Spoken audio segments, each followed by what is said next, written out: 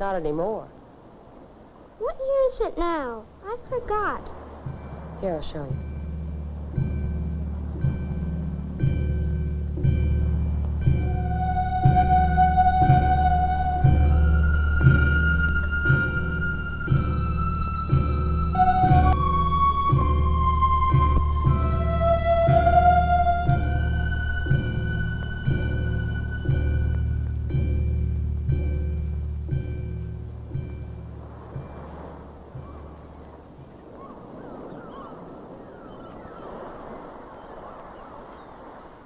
(1999 AD).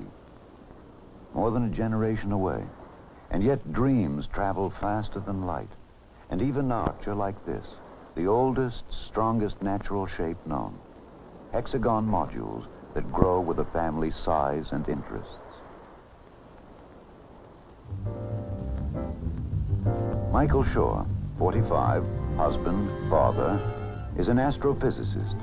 Several days each week, he commutes to a distant laboratory where he's engaged in the Mars One project, the colonization of the first planet. His minor in the some 10 years he attended a Midwestern university was botany. It is one of his many continuing hobbies. He is engrossed on this sunny morning in the study of the cellular structure of a new exotic fruit tree. Hopefully, his experiments will produce a giant peach with a thick protective skin much like that of a tangerine. This is one of the many 21st century devices or appliances that are part of the everyday life of the Shaw family.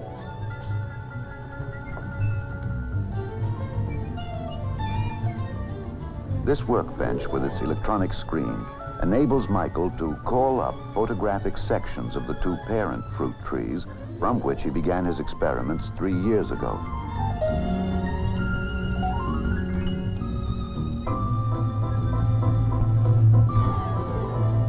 At that time, he stored the two photographic images in the central home computer, which is secretary, librarian, banker, teacher, medical technician, bridge partner, and all-around servant in this house of tomorrow.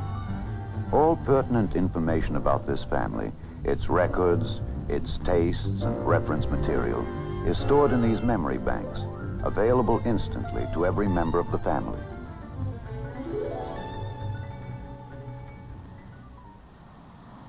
Master James Shaw, 8 years old, student, attends formal school 2 mornings a week. Much of his education, however, is carried on in a kind of education center within the home.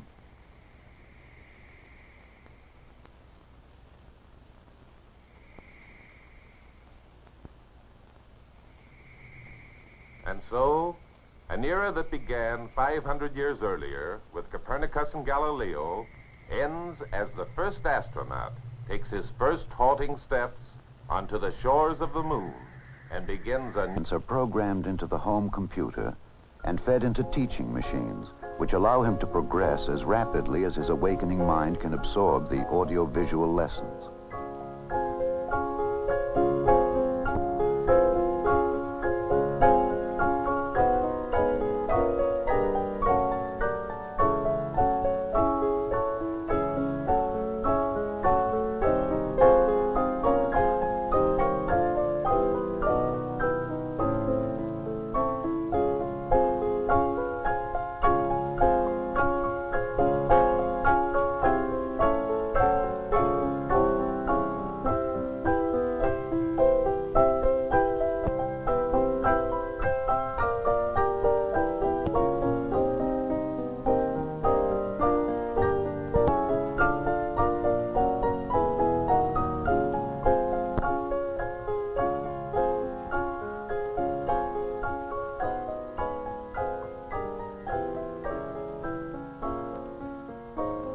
This is Lecture 102.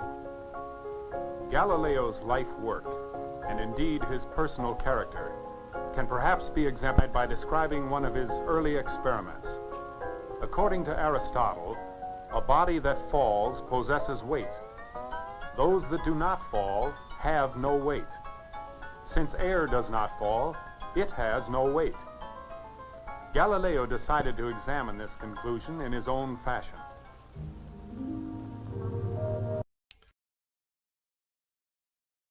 All right. Hey, how's it going, everyone? Welcome to the live stream. Thanks for being here.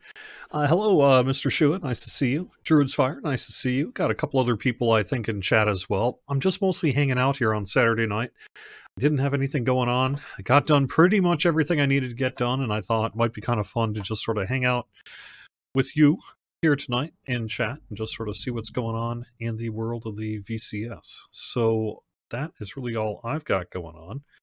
I'm going to start, if I can click the button right, I'm going to start with Neo Breakout, because that's the Atari I.O. challenge right now. So I thought it might be pretty cool to get going on that one first. Here we go. There we are.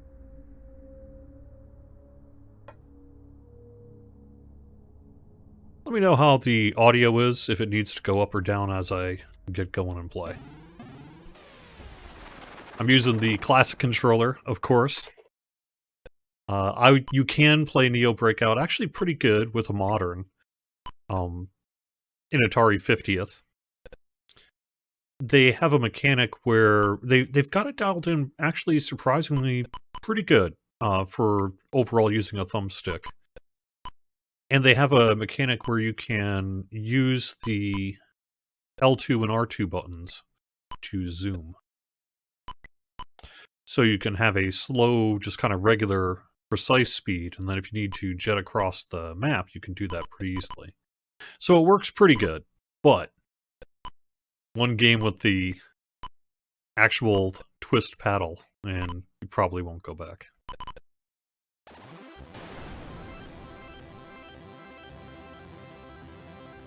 So the best way to get a score, and I am not very good at this, is to match the same colored blocks in a row. You get an extra, I believe, 2 points at the end for every single one of the same color you get as a chain before you hit a block of a different color.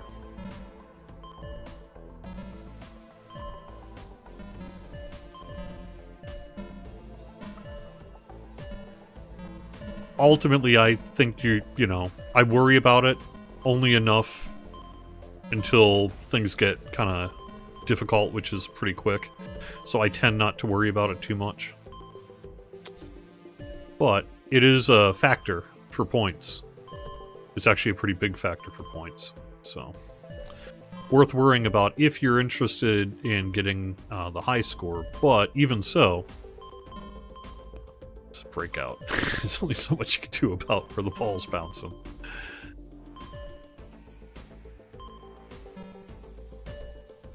There is actually a level you can farm points too, intentionally or not. You may end up farming a bunch of points just because it's a tough level to get through. But you could also farm it for points, and that's stage 9.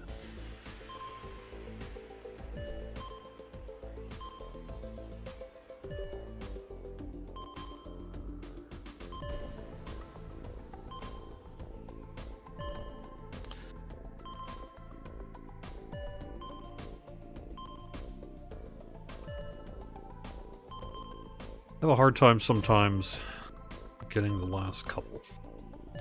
English doesn't really seem to do much, that I can tell, in Neo Breakout. It really is just a function of where on the paddle it lands, I think.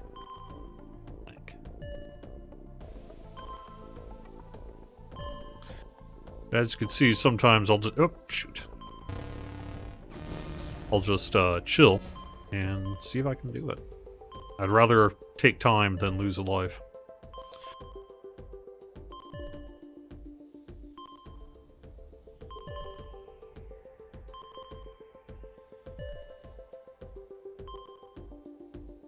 Go.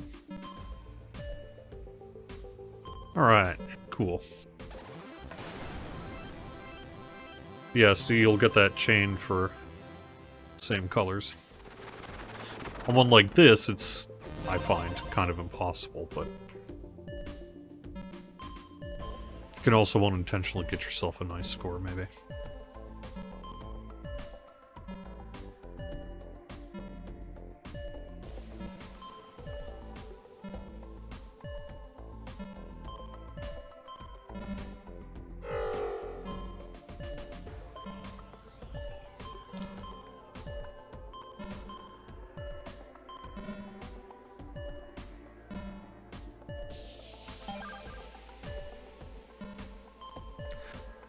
We have a couple of good games coming to the VCS in the very near future. Those two games are Aka R by Jeff Minter.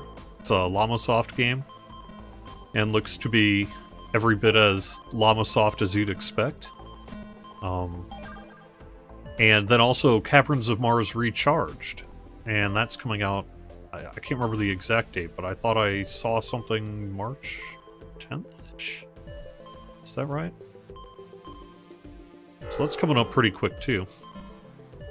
Aka R, I think, is supposed to still be February, although I don't know specifically what the release date is. I thought 20... No, I don't know.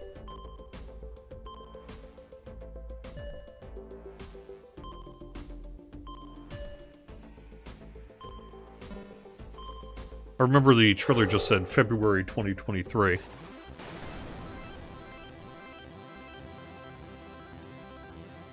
But those are two cool games that'll be coming to the VCS as well. And, I mean, they both look great already, so...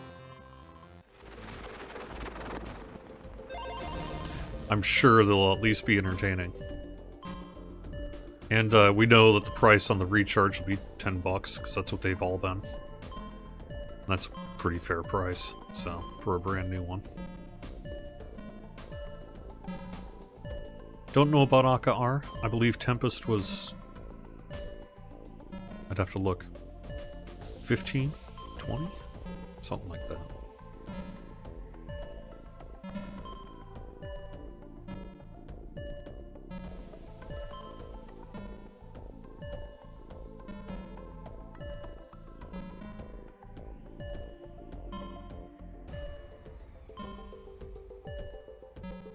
I really like Tempest 4000. I know there are some in the VCS community, like in the Discord specifically, you know, have talked about how much they kind of don't like Tempest 4000, but I think it's great. I love it myself.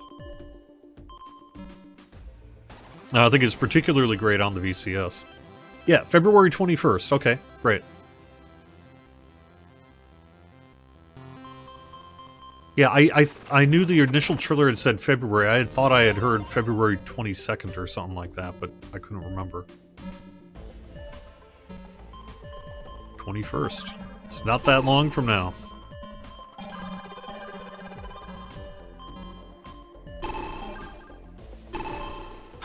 Uh-oh. Okay.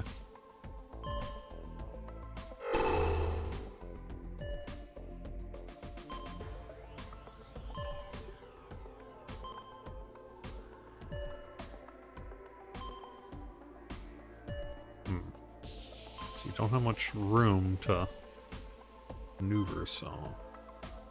Can I break it up enough? What? Oh, well that sucks. I do see there is that twist issue. I wish I knew what it was. It doesn't usually impact much, but it does exist. I think it's when it goes from 360 to 0 sometimes in some games. I'm not sure how they set up the classic twist, but I've seen it elsewhere. Breakout, though, seems particularly prone to it, so I guess I'm not too surprised.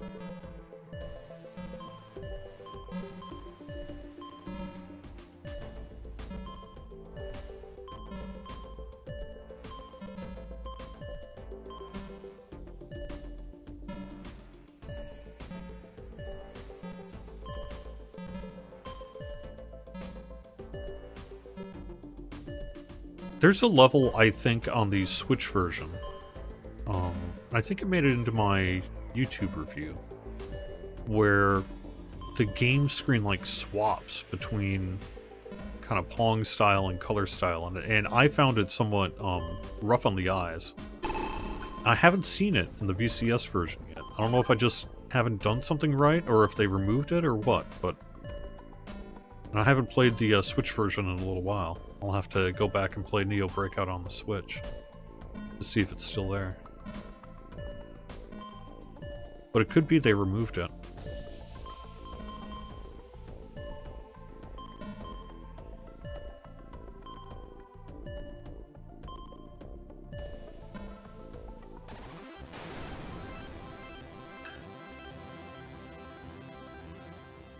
Yeah. Tony Barnes has got Project Orbit coming too, which, as I understand, is some kind of space shooter-like game, which is cool. The VCS actually has a fair amount of space shooters, so it's a little surprising that we're going to a space shooter, but at the same time, hey, Tony Barnes can make anything he wants, and I'm sure it's going to be good. And there's always room for good space shooters to some extent. If the game's good, it's good, right? Even if we already have, Thrustland or Gun Tech, etc.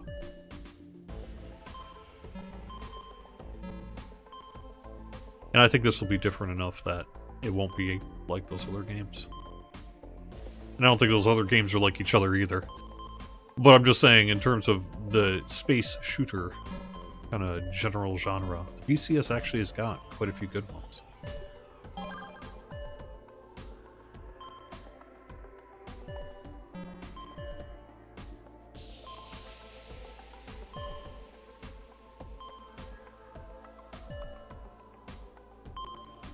I actually went back and played the 2014-ish era Strider game that came out.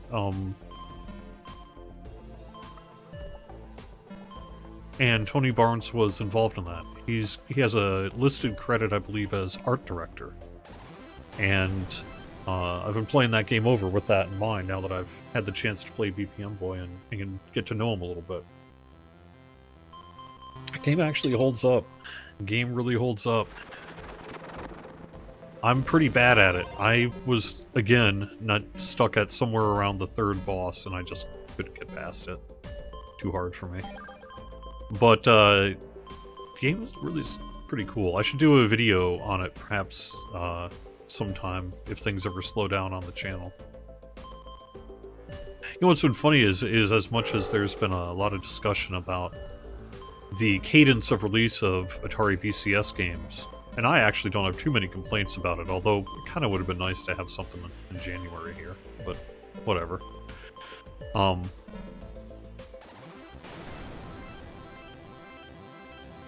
I have not had a shortage of videos to make in terms of getting videos out on the channel on a regular basis. It's been, I'm just now, with the release this weekend of Xbox Game Pass, pretty much caught up on everything. I could theoretically do a few more apps like Pandora and stuff, but I'm not going to because they're just HTML hyperlinks. That's all they are.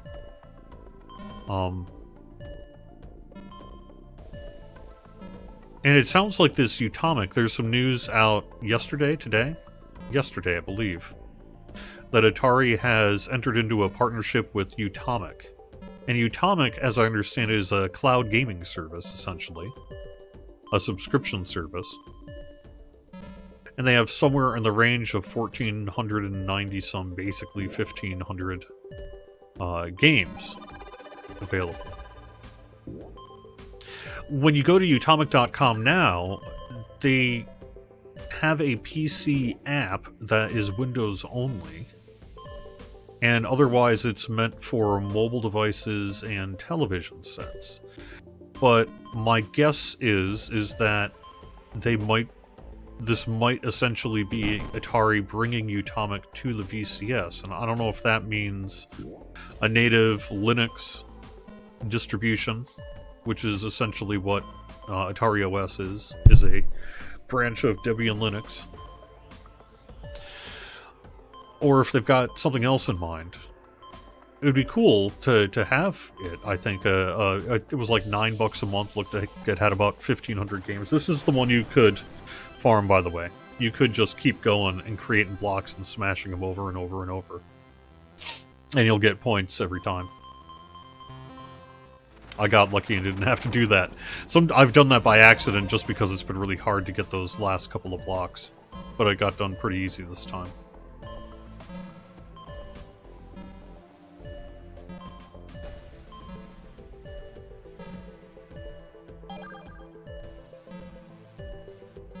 But that could be interesting. And that could be, they were saying they would have some news within a few weeks, I think, on the VCS about that. I would have to double check my sourcing on that. But I watched a Ballistic Coffee Boy's video on YouTube, and I believe he had said something about how there might be more news from Atari on its Utomic intention within a few weeks, so...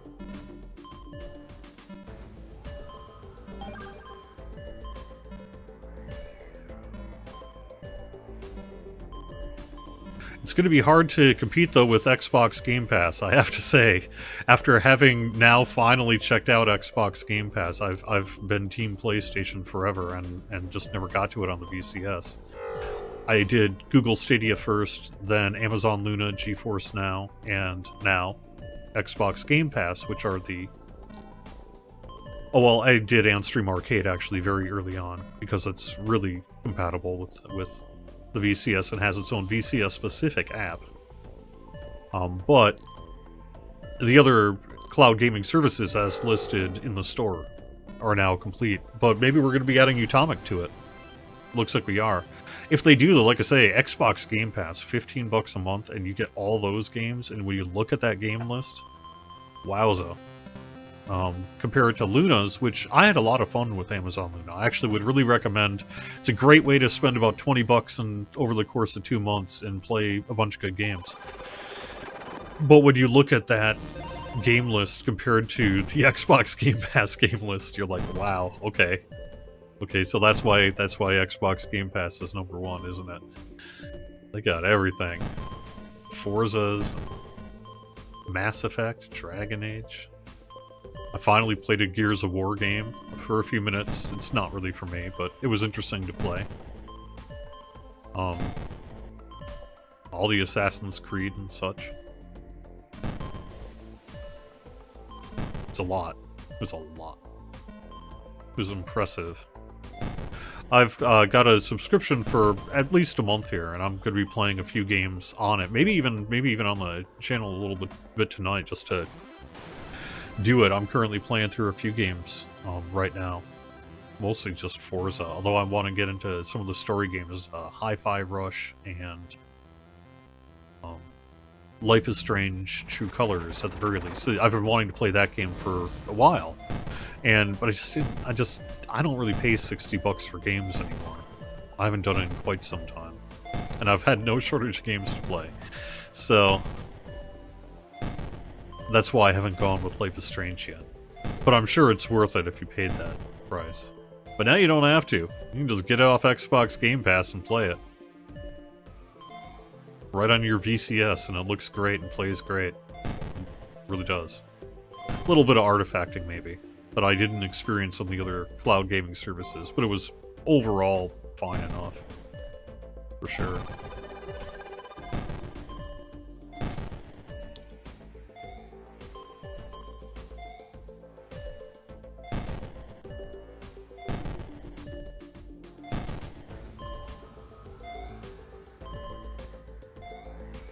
And it was impressive as a PlayStation fanboy, essentially.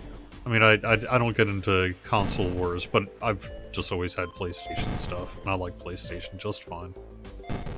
But PlayStation Plus is not Xbox Game Pass. It is not. Having now wide experience in cloud gaming services and PlayStation and stuff. Wowza. No wonder Game Pass is so big.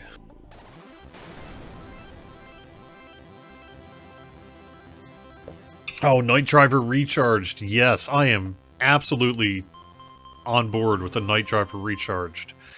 There's a bunch of things they could do with it. They could, I would guess, just in an era of 2023.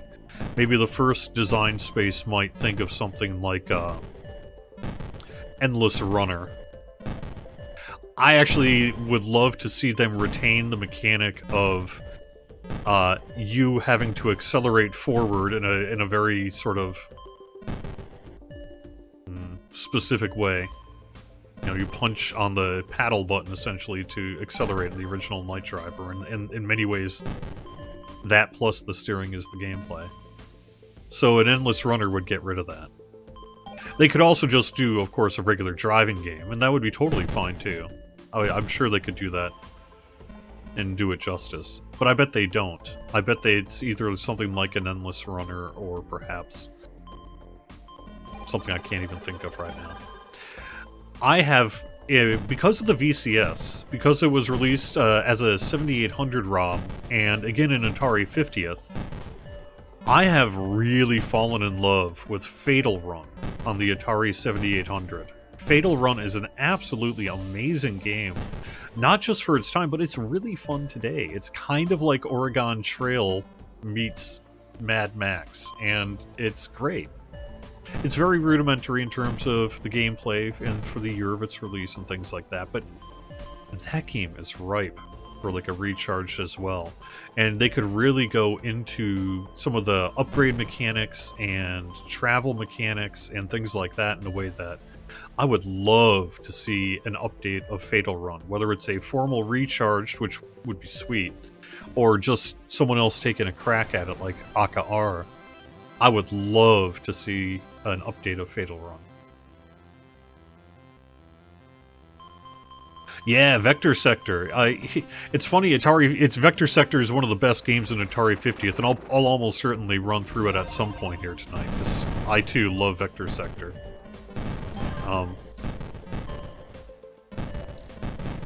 That game could just be sold on its own, and maybe they should. Maybe they should just try to sell it on Steam for like $5-10 or something.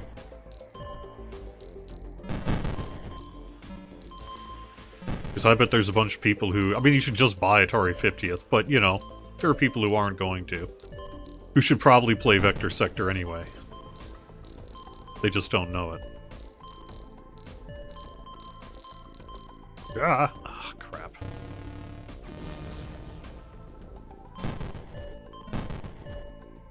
This is a tough one.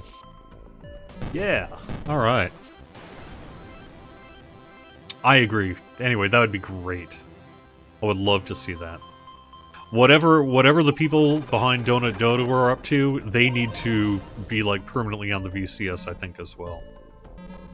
Because boy do I love Donut Dodo. I think it's great. Not just as a game, but as a design. I think it's real cool.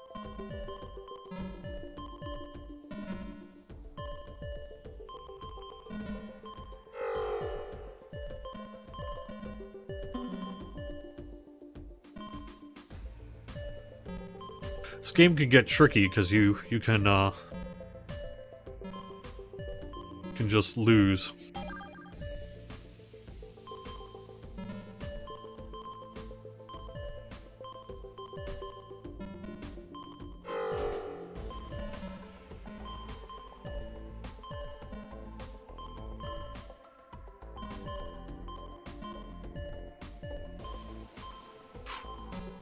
Good.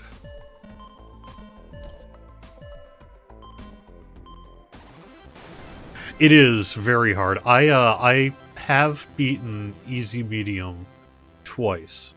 At least twice, maybe even 3 times. But I've got it on this VCS. This VCS has it unlocked because I've beaten it on this one.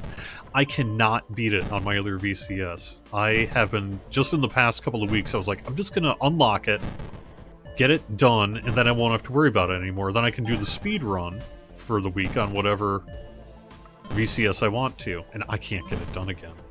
I don't know if I'm just out of practice or what, but I have struggled hard.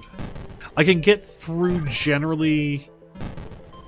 Most of the time I can get through level 5 the first time. Most of the time, but not always.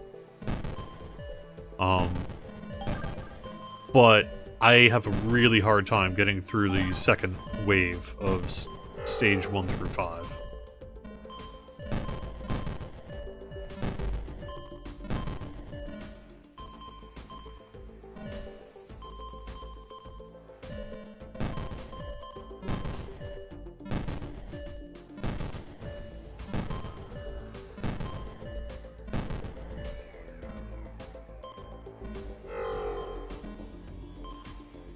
Oh, shoot.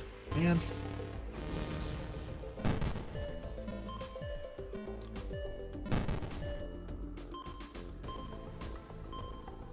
This game gets pretty tricky.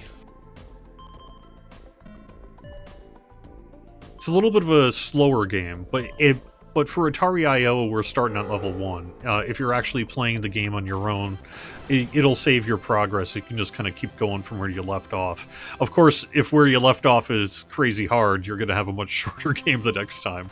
So I've still been doing the same thing I generally do on Tempest if I'm going for, like, Tempest 4000's got it. TXK used to do that as well, where you could...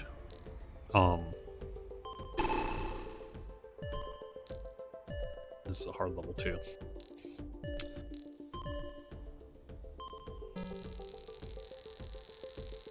Wow.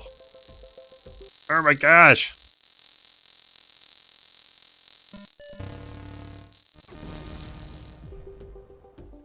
I think I almost broke the game.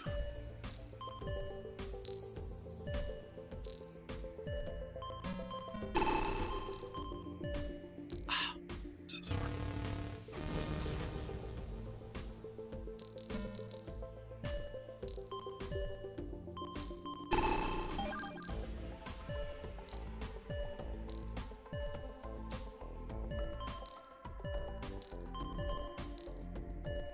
Ah. Well, it's a good thing I've got those extra lives, huh? Alright. Well, got that one anyway. Yay.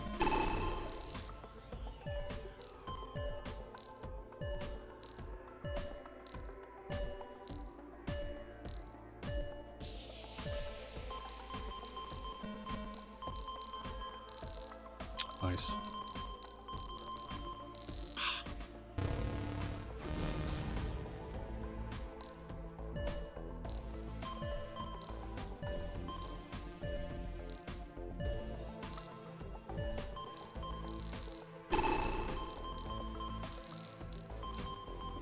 I like the level design of some levels of this game more than others. There are some parts of this game that I feel are kind of cheap.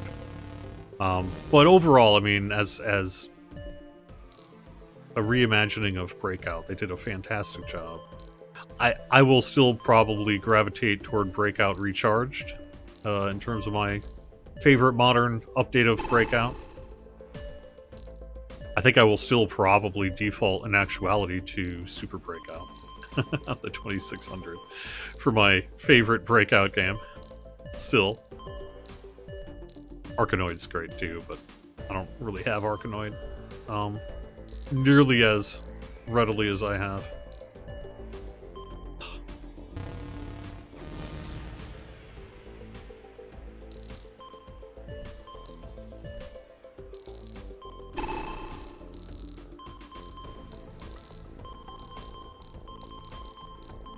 Alright, there we go. At least I got one.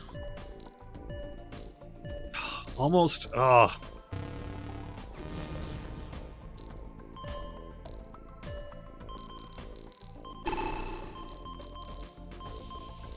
Yeah. There we go. Whew. Well, I'm glad that's done.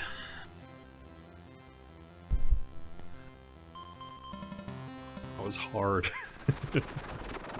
I took away, what, 7 lives? But that's okay.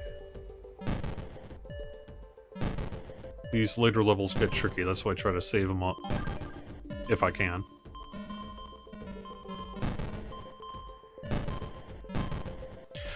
To be clear, I would not be this far if I were not using the classic twist controller. I just wouldn't be. I'd be lucky to get to level maybe 15.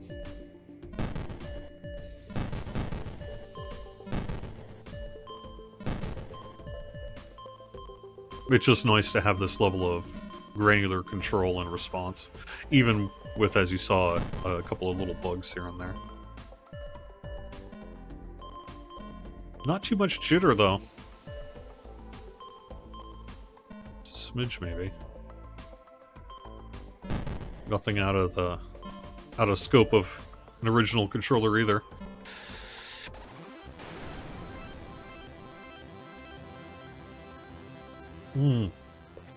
Arkanoid versus Space Invaders. Oh, yes, I love that one. I love that one.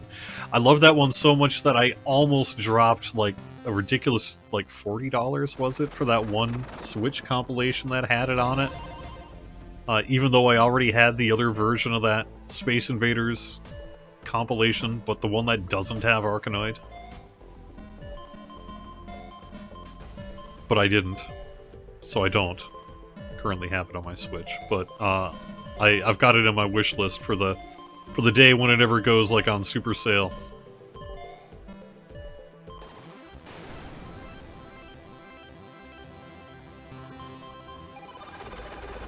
I would love to see a Space Invaders collection on the VCS. Taito seems to be somewhat willing to put their stuff out on, you know, plug-and-play devices and digital storefronts of some kind. I mean, Antstream's got some things, right? So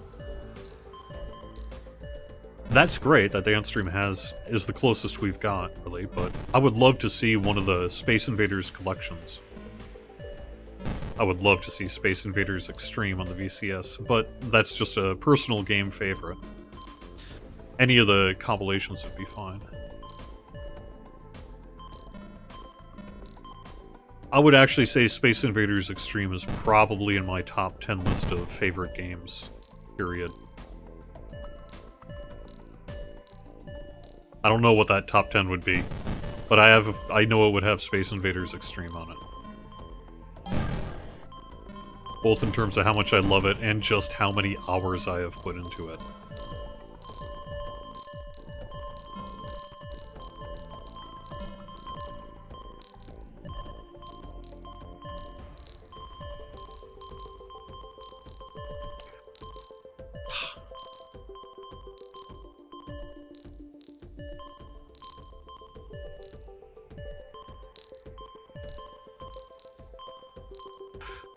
I have had trouble with this one before.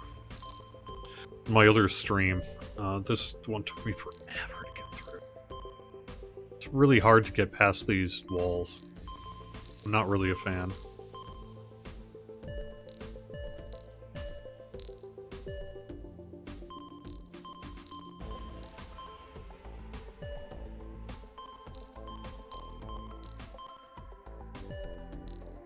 Yay! Alright. I just gotta get that one.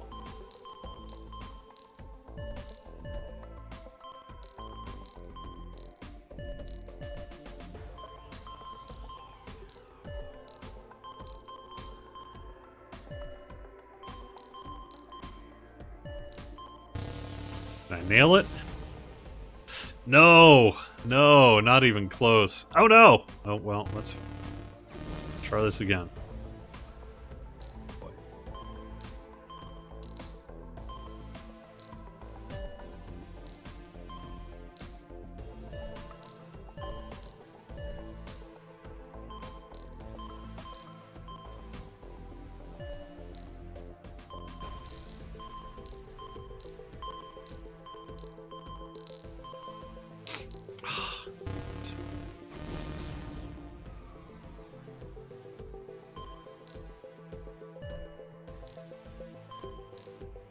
One block is just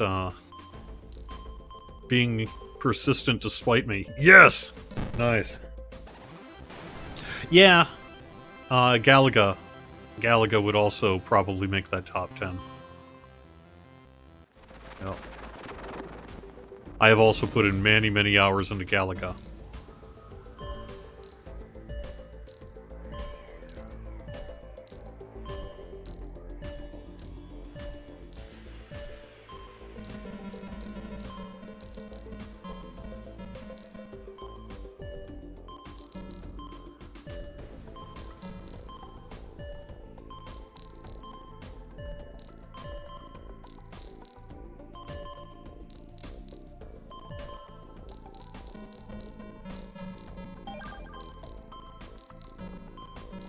Alright, nice.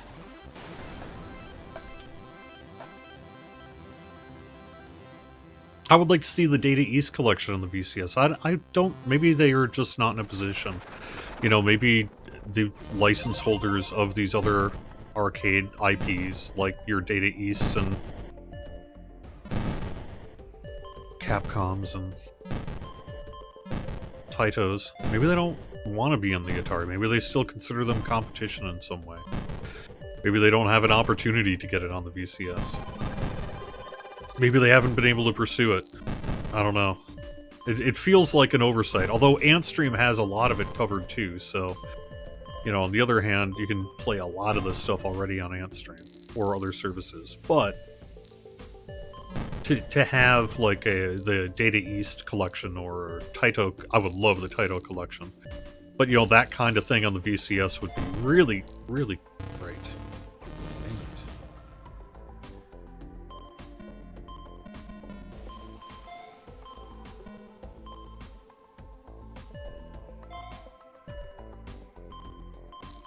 Alright.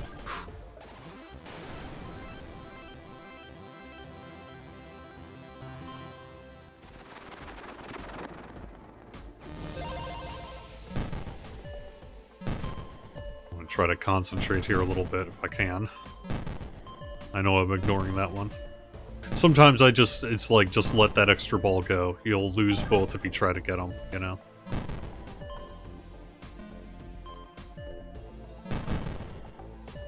But sometimes you can.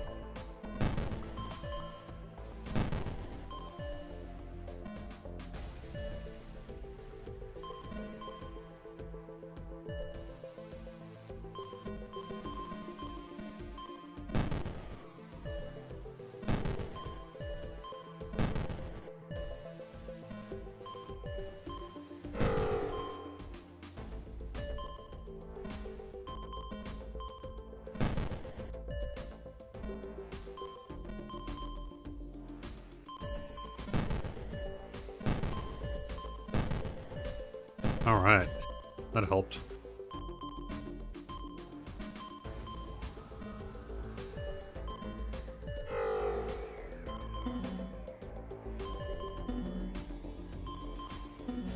Yeah, well, whose fault is that? That's what I want to know. Alright.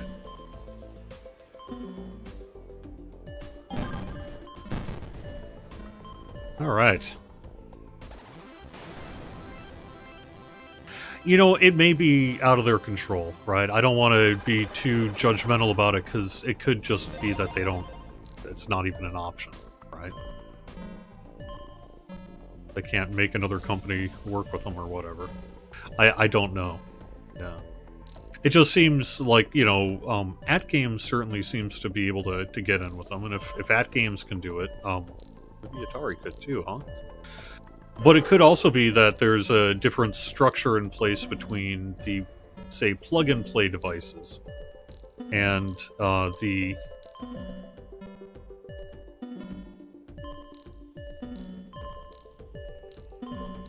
other forms of distribution, which make it possible on AtGames plug-and-play devices and such that make it different on the VCS. I don't know, right? It could be.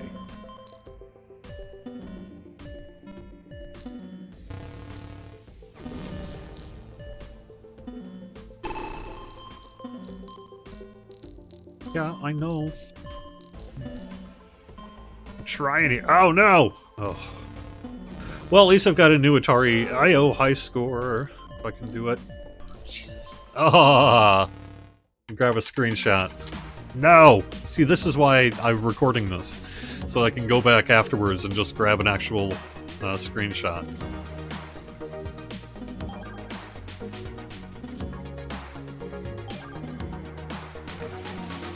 Alright. 138, 572. Could be worse. Whew, I need a break from that though. We'll play something else in Atari 50th here. Actually, we'll play Vector Sector. Let me go back to the OS though, because I'm going to swap over to the modern for Vector Sector. I do prefer the modern controller for Vector Sector. You can technically play it on the classic, but I find the twin stick, especially for the other part, is really nice.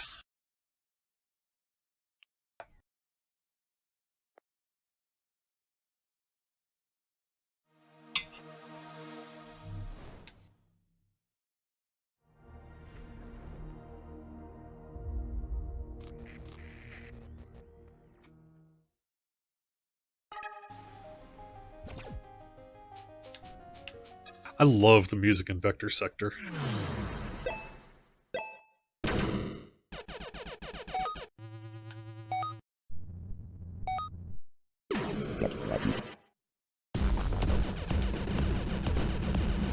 This was last month's Atari I.O. High score challenge, and it was a really good one. Neo Breakout's good too. It's just the game is, as you saw, the gameplay can be a little long if you're really chasing a high score, and I didn't even do that good, so I am in solid 3rd place in this competition right now with that score. At least 3rd place.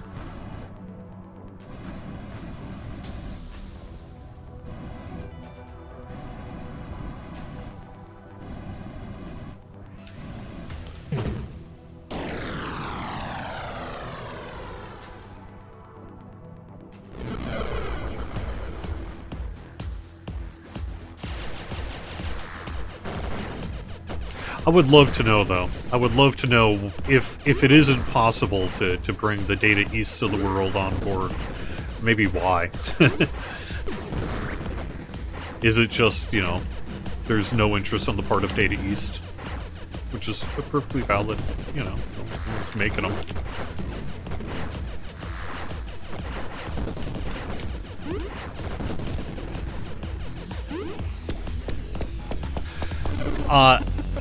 For me, it is Vector Sector. I really like Tempest on this version of it as well. I think they've done such a good job with the vector graphics games that it's great. Again, Fatal Run. I've been playing a ton of Fatal Run.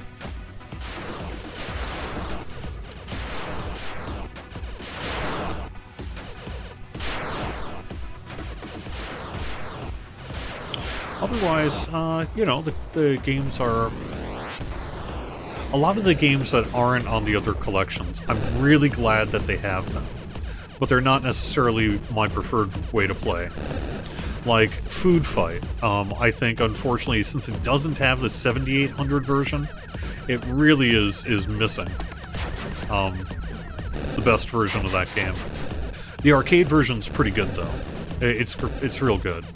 But the 800 version is kind of awful, I think. And it's just really sad that we don't have the 7800 version in this collection.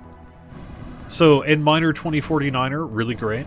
Not really, these ports aren't the best.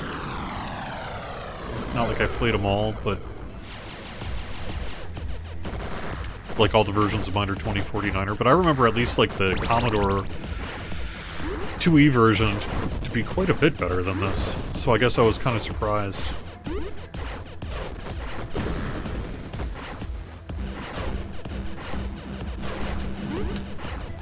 Dang it.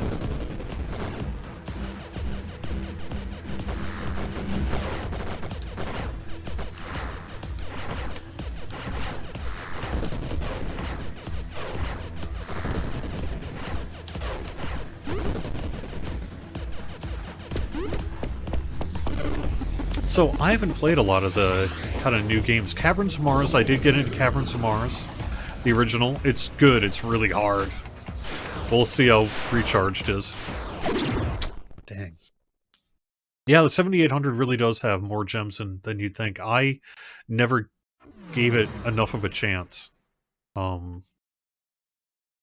in the day. And so it's been interesting rediscovering some of these. Well, I guess while I'm thinking about it, let's kind of go through the list. I have to admit, I'm not a huge fan of Aka R on this arcade version. It's not bad or anything, but it's not my preferred game to play. But I'm sure Llamasoft's going to do it upright, because I love Llamasoft games in general. I've played, not all of them, but many. And I like them a lot. I'm glad they have the arcade version of Food Fight, but the arcade version isn't even as good as the 7800 version. Or maybe it is, but having the lives mechanic makes it a little different or something. I don't know. I actually think the 7800 version is the best version of this game. It's got this just like fluid movement that you don't...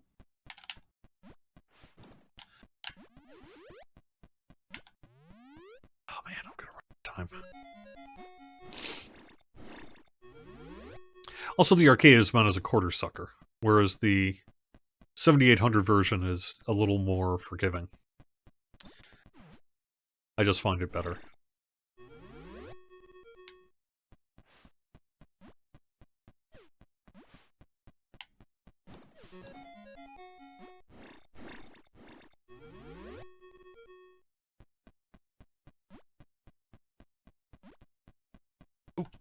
Oh, another one, Turbo Sub for the Atari Lynx is one that I've actually been,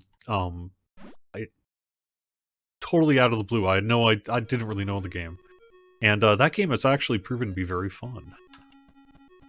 So I played a bunch of Turbo Sub.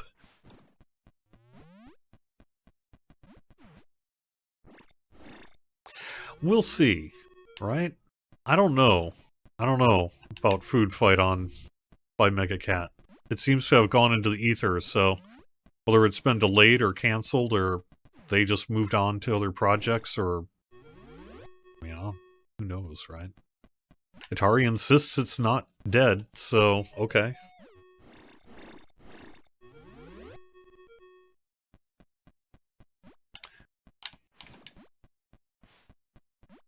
Seems kinda dead, but what do I know? Ah, can I do it? Yes. Alright.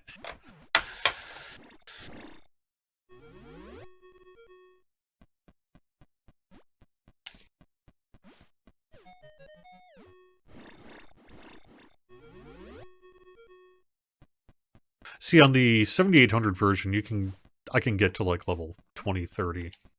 But the arcade is just kind of meant to be unforgiving. I'm not sure what I would even want in a Food Fight update. I kind of just want the 7800 version when I want Food Fight. I don't think there's anything else I want. I don't know how you would make it better. iRobot's been interesting. I'm glad that's in there. Quantum. I love Quantum, actually. A little hard to play with the controller, but I'll do it anyway.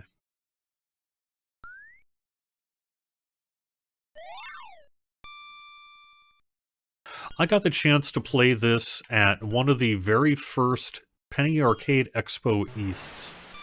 It was either the first or the second one that was in Boston, and the American Classic Arcade Museum out of New Hampshire, you know, the one that's connected with FunSpot, had a booth set up there that year, and they had an actual arcade version of Quantum out. And I had never seen the game even before then. Like, I had never even heard of it. And I played it at that PAX East and fell in love with it. It would normally use a trackball. And it's really good. It's really good. It's sort of like Quicks-ish, but not really. And maybe better than Quicks.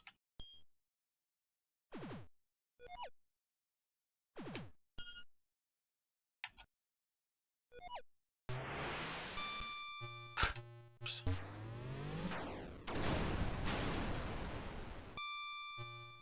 You wonder why this kind of gameplay mechanic hasn't taken off more on mobile. You would think, like, circling things with your tablet would be pretty good gameplay mechanic. Close the circle! Alright, there we go. Ah, dang it. Well, hey, there's Quantum, so... I kept on wanting to say Quadrant, even though it's not. Quantum. Yep. Anyway, I do love the Tempest, but again with that. So I've been playing a bunch of that. With my son really likes Combat 2. So we've been playing a bunch of Combat 2.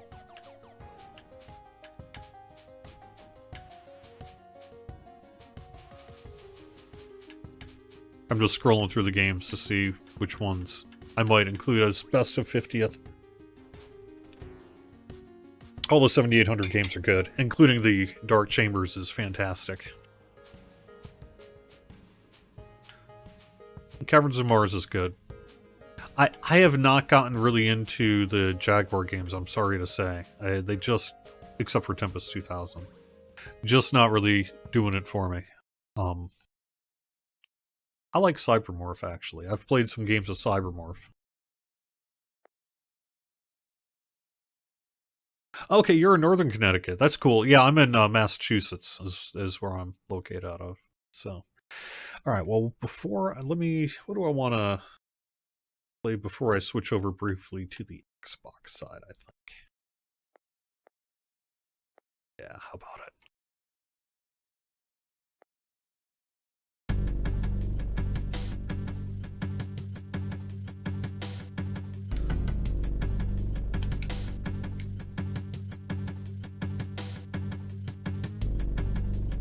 How's the game sound compared to my voice? Is my voice too loud, or is it fine? Or is the game too loud?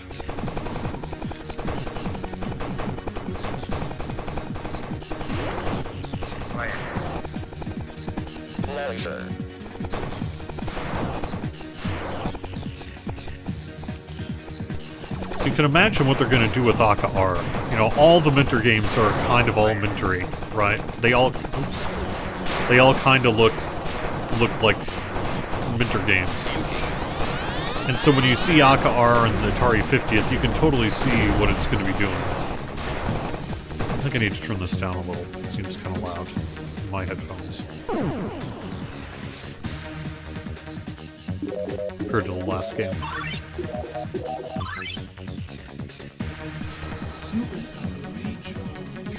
Aka R, though, is a trackball game as well, and its main thing, it was a prototype that never really got released. Ended up getting released in the ROM scene, somewhat to the consternation of the person who actually owned the one cabinet. Man, I'm doing terrible at Tempest right now. But, it's split across two boards, essentially. There's an outer board where you basically just need to... it's like a plate, and you're spinning a cursor around, missile command style almost, taking care of things that are showing up all over the screen. But there's an inner side as well, where things will get into your base, as it were.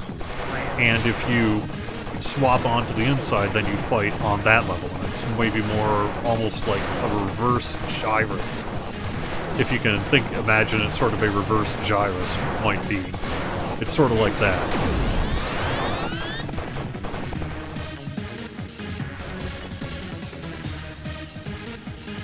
And so you have to wonder how he's gonna do it and make it all just, you know, Minter crazy. Llama Soft crazy. Not to belittle the efforts of the Stinky Ox, who, as I understand, you know, is also very much a developer on this. But Minter is the one who does most of the interviews, so...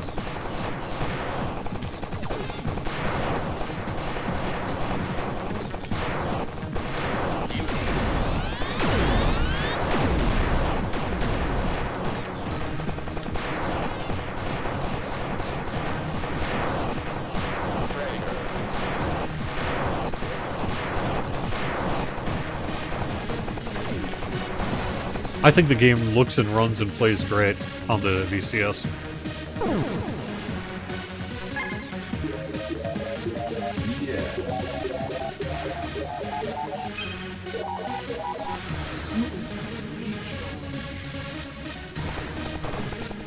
So, what do we know is coming to the VCS? You know, we actually know that there's quite a few games. We've got Project Orbit coming, we've got Aka R, we've got Caverns of Mars Recharged. We have at least 2 or 3 games, I believe, that Dav had mentioned on the Discord, again, that we already knew were coming from Orange Pixel, you know, because he had said he had 10 games in the works, and we don't have 10 games yet. But we know that at least 2 or 3 more games are coming. So we've got that happening in the near future. Sounds like maybe we've got a new Utomic streaming service happening. It sounds like this might actually be the year we may actually get Unsung Heroes this year. Is it Unsung Warriors this year?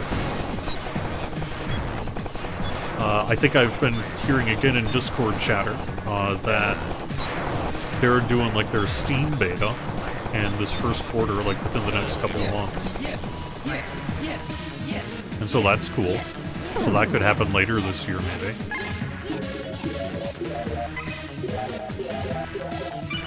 We know that the creator of Petra Crystal Caves has got another game in the works here. That was through a video with KRAZ Productions. That happened, I believe, maybe over Christmas-ish or something like that. And he talked a little bit about, Ian Weeks talked a little bit about the game that he's working on. So that right there, we know we've got at least then, what, 6 games or so confirmed coming to the VCS. And then we've got a bunch of others that are in various stages of babies. Oh, and I'm sorry, I'm forgetting about Ends Reach. Ends Reach we know is going to be coming as well. That seems like sort of an interesting game. Maybe a little, very much kind of an indie game. Some of the graphics look kind of, you know, sort of retro style, I guess I would say. And modern at the same time. It's like this interesting mix. It's cool. But some of the environments in the videos I've seen on YouTube and that so far are fairly sparse and almost like a PlayStation 1, 2 era, third-person game. It was like the focus is on like the action and the combat and things like that. So, it seemed cool. And I think it was still very much work in progress footage too, so it could just be it hasn't been fully decoed or whatever. Uh-oh. This is bad.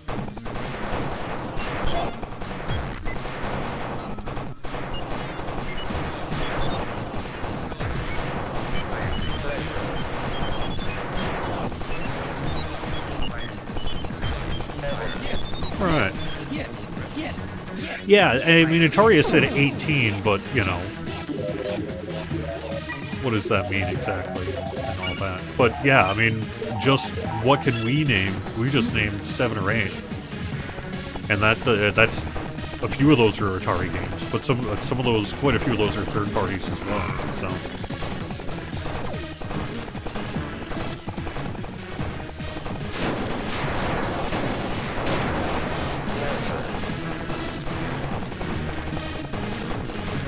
Yeah, you figure there's Caverns of Mars Recharged in March, so we know about that one. But then you figure there will be at least 1 or 2 potentially other Recharge games in 2023. Maybe they're not going to go quite as gung-ho with them in 2023 as they did last year for their 50th.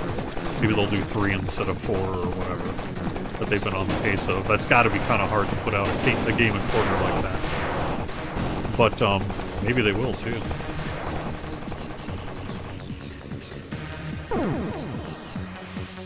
Or 2 games instead of 3. Can't remember. I'd have to look to see how long it took and what the cadence was between all the games. But it was at least 3 a year, wasn't it? What they were doing? Unlike Centipede and Asteroids and Breakout. Black Widow. Pretty sure that was all pretty much within a year. And then the second wave, we did at least 2. 2 or 3. Ah! Oh no! Oh man. This is a terrible game for me. It's because I don't have my jump yet. How am I supposed to do this without jump?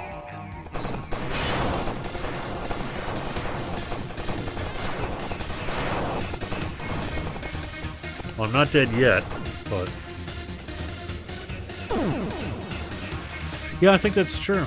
And, you know, if anything, I think the recent videos I've been doing really focusing on the cloud gaming side as a VCS owner, these count too. I mean, they're not formal games you're buying in the store and owning, but if it's about playing great games in your VCS, most of it, well, not, actually that's not true.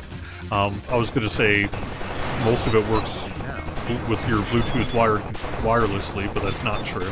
The only one that does that is AntStream. So you would have to have a wired controller, and that's kind of a bummer. But you can, like, if you've got 2 months between Atari OS games and you just really have kind of played everything, dropping $10 and spending 30 days looking through Amazon Luna, you'll have 30 days worth of gaming there, for sure. Just drop your sub and move on. We paid $10 and got in as many hours of gaming, essentially, as you can fit into a day. Into 30 days.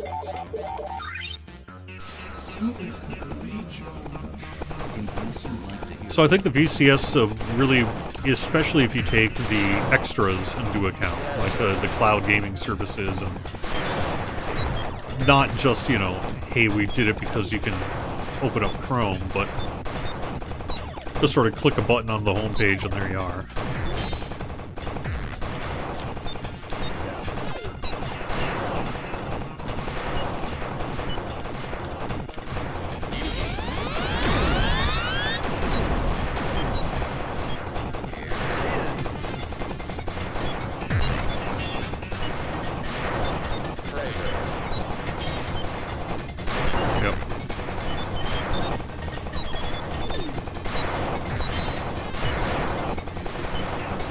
So the best advice I have for Tempest is to utilize jump when you can. It really, you don't get points for anything you shoot under jump except for what you've done with the Super Zapper. But it gives you that extra ability to dodge, and use that as a way to actually get through the levels, which gets you the score. Until you've got jump, you have to rely on your Super Zapper or luck plus skill,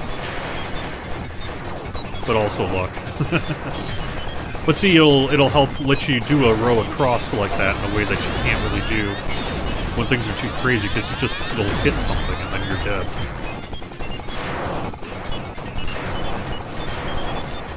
So the whole push and pull on the high score of this game is about staying alive to get the points, but making sure you collect the points by being on the plane, or with a Super Zapper, or I think Beauty as well.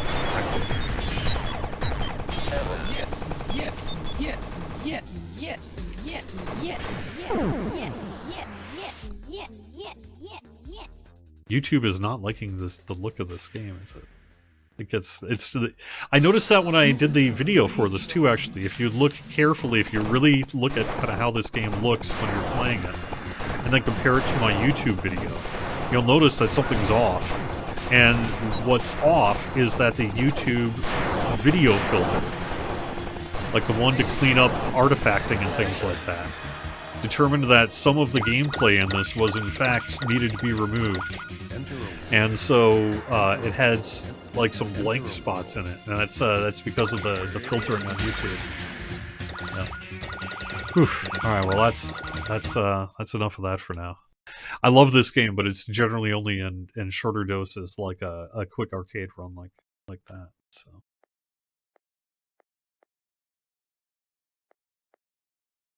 Well, as long as we're putting ourselves to the test. Yeah, incredible artifacting on that stream there, wasn't it? Yeah, see, I can do medium hard on this, but I can't on the other one. I'm going to do easy medium, though, because I need to be able to practice it to get by it.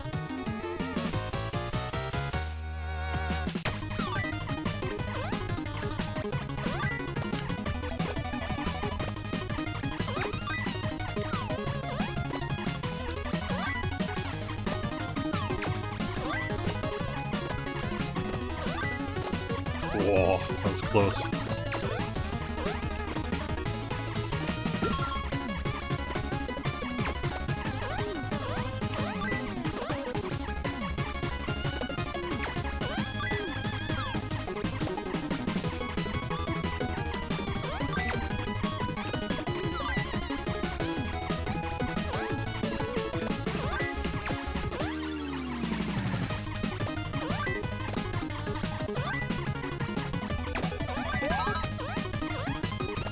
Nice.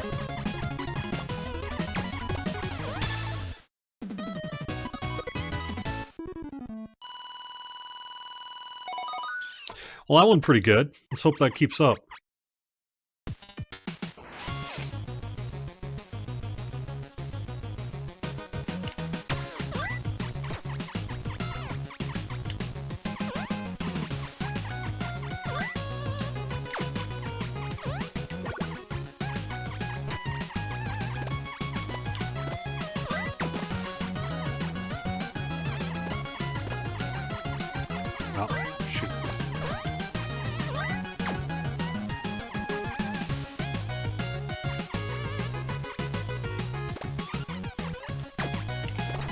Oh no! Oops. Didn't even see that.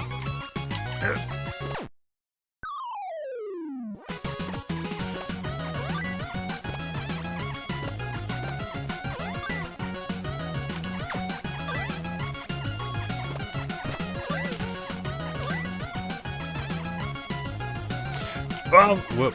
Except for the fire, there's a little safe spot there.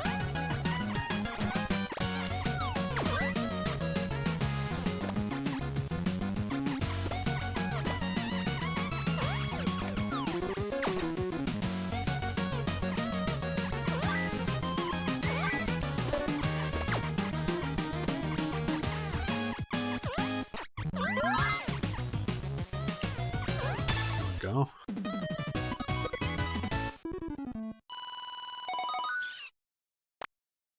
Hey, Red Afro, nice to see ya.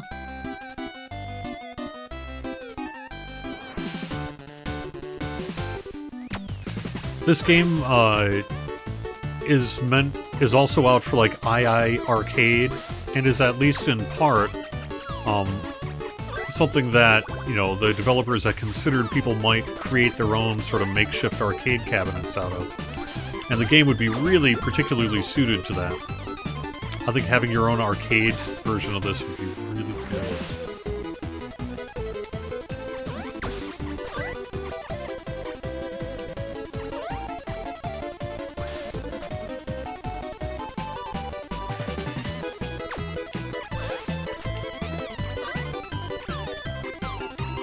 I'm just trying to be careful here, so I'm going a little slower than normal. If I die in this one, it's usually just because I'm rushing. Or trying to beat, like, some fire.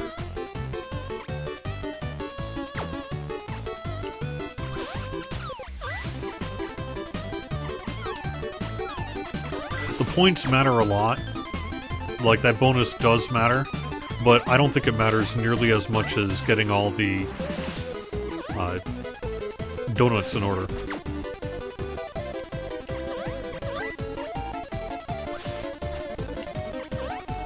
Because you just get so many more points from doing that.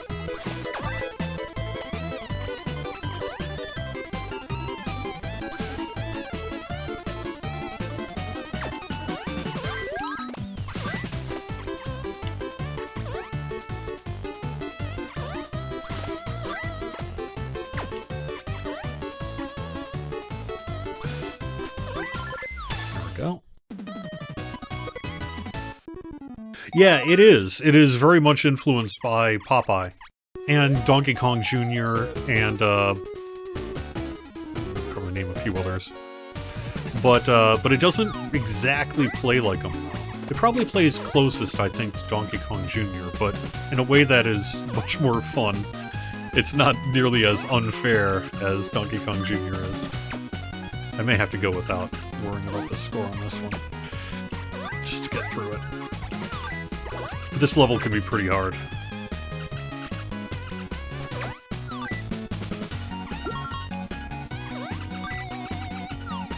But you'll see just how many fewer points you get per level by doing it.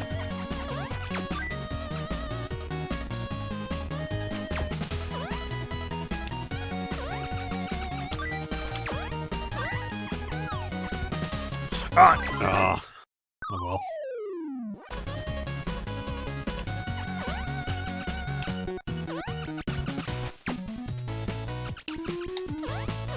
Go.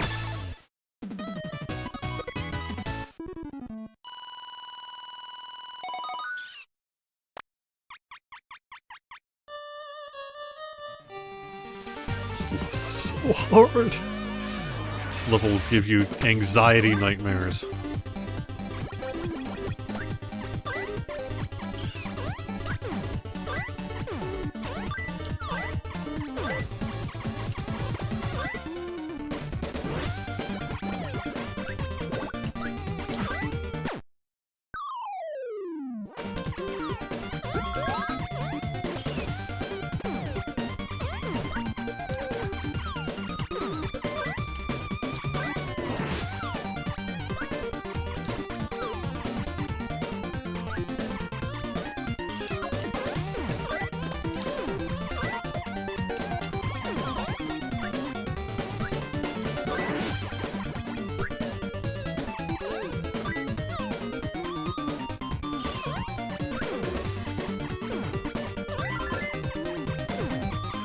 Yeah, nice. All right.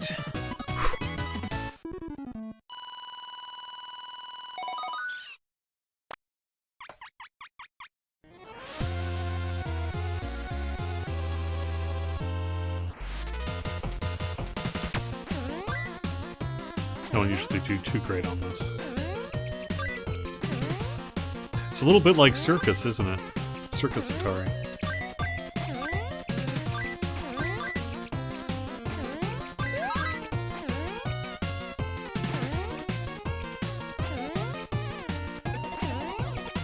Oh no! Alright. Well, better than usual.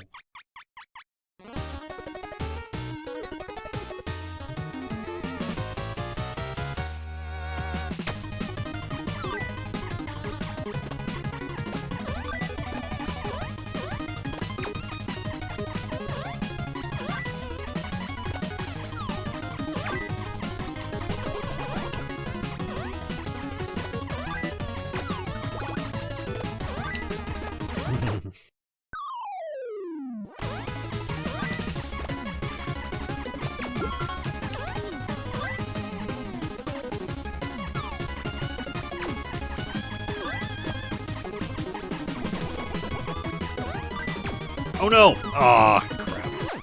There's nothing you can do when you've got the toilet after you. These ghosts are the ones that kill me more than anything.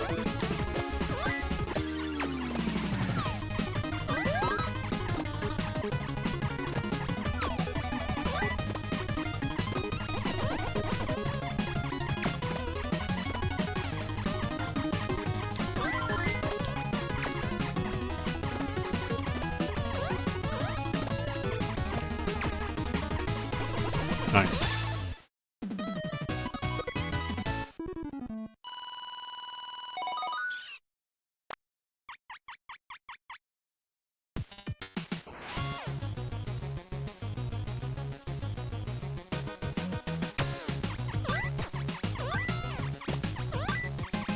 See, I'm going the quick way at this point because they just need to get... Oh, well, maybe I shouldn't. Do need these lives, do I not?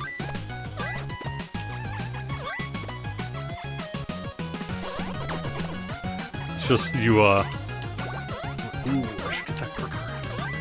Oh, if I can.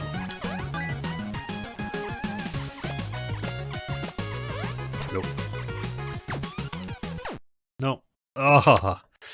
See, it's hard to get through the second round, but you get through the second round, get through the dodo the second time, and then you actually defeat the dodo, and then can unlock the super speed rounds, which are ridiculous. I will show you how ridiculous. You think that's tough? But this is for people who have already gotten very good at it. This weekly rush. This is basically everything is nuts. You got... What can you do?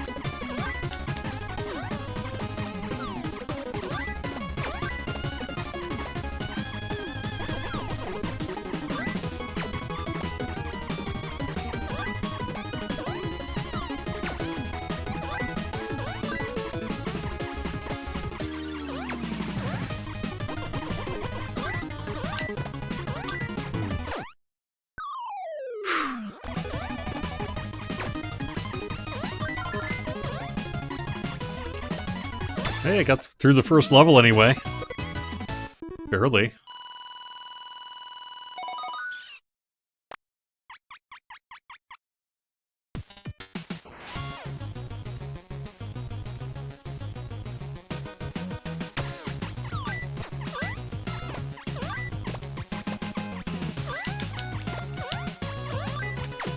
Oh, I walked right into that one. Take a...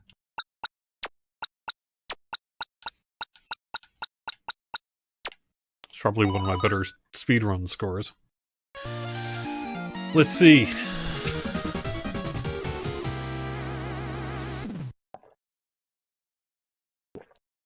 Let's check out the leaderboards quick.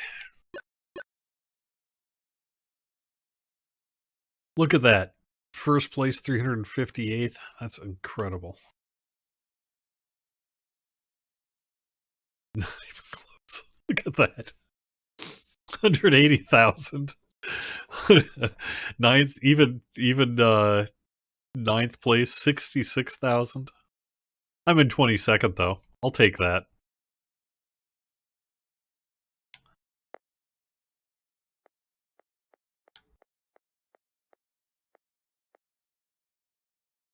So, what do I want to do here before?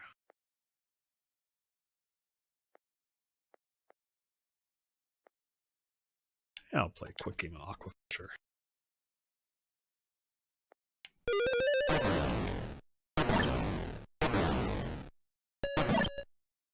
Nope. I'm not getting any high scores this way.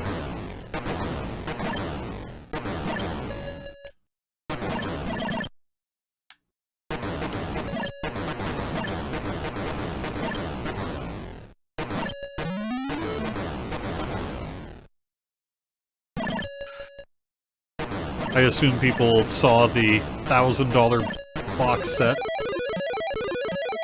that Atari put on sale and sold out of within 24 hours. Not even 12. It was like 12 hours, really. Sold out in less than a day. Quite a bit less. But there's only 100 copies of them for $1,000 each. And, yeah. They're incredible. I hope it all works out.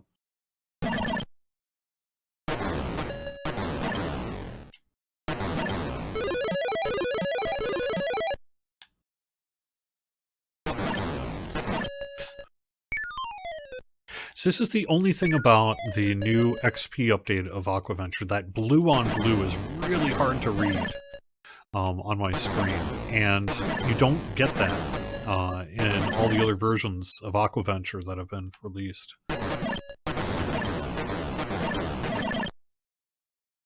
Especially on the Antstream arcade version of it isn't like that.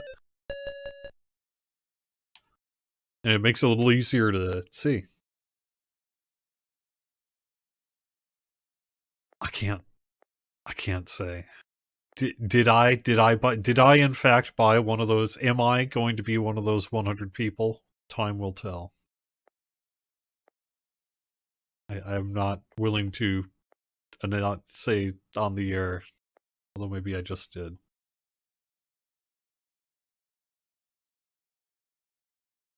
Oh, well, if I have to log in, then I'm not going to do that because I don't want to log in on stream. So, sorry, Antstream. I wonder. It's probably just because it's been a while since I played Antstream on this particular VCS.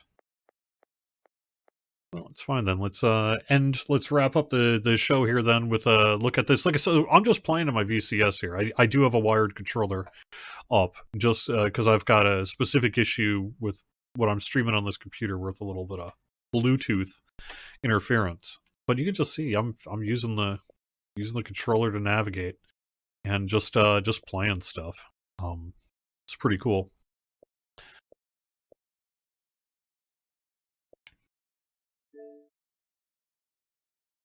But it works. It works great on your VCS, and it's just kind of there. And you've $15 for 1 month, although it's not even that.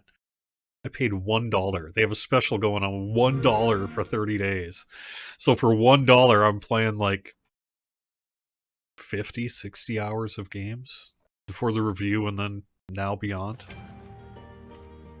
Probably, I'm going to probably keep it a second month though, because unlike Luna, where I got my month's worth and had a great time with it and, you know, pretty much burned through everything I wanted to play, I can't do that in a month on Xbox Game Pass. There's a few too many games I want to run through, so.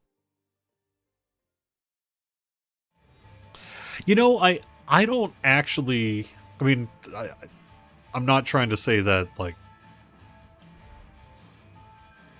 this wasn't just a quick cash in by the part of Atari, but that's fine. I'm actually totally fine with it. So, but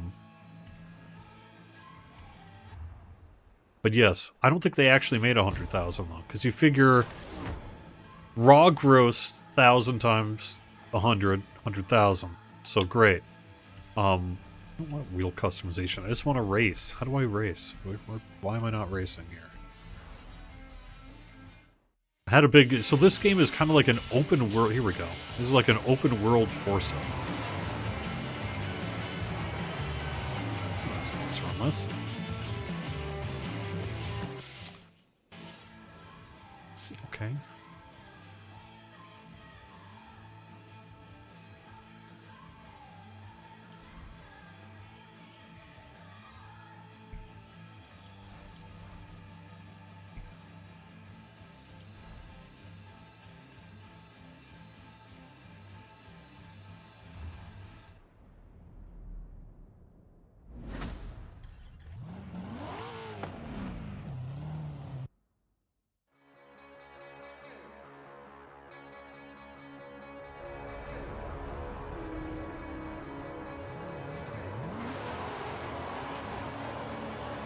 Okay, so I already ran this one. So maybe that's why it's not letting me do it. Because I'm gonna, yeah, what I'll do then is I'll move to one of the other tracks here. Why don't we do...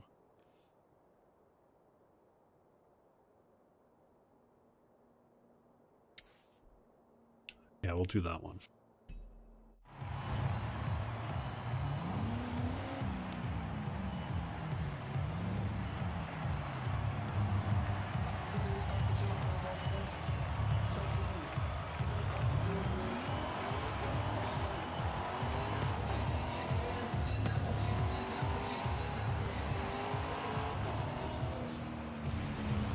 So you figure the gross is 100,000, but in actuality,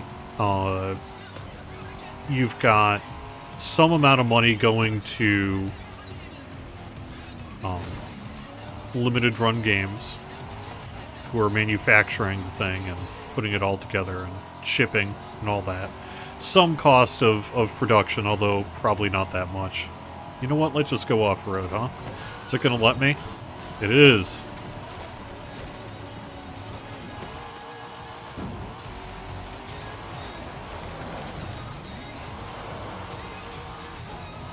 Yes, you can see how skilled I am at the game.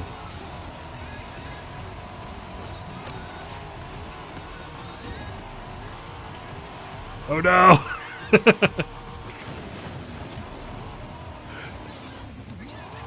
Alright, how do I get back to my map? What am I doing? There we go. I want to go there. Okay.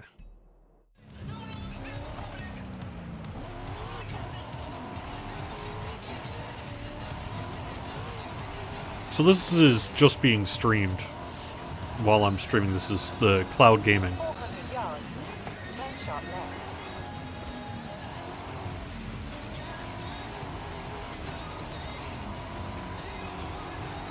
So, you know, at the very, even if you're like, well, I'm not really super into modern gaming, and I'm kind of there with you in a lot of ways, but even if you're not super into modern gaming, so maybe you're not going to be playing all the Gears of Wars and things like that, it's still probably worth doing a one-time drop of $15 or $1 if you can do it, and play through the things on there that you are interested in, especially if there's a slow time like the month of January here has been a little bit.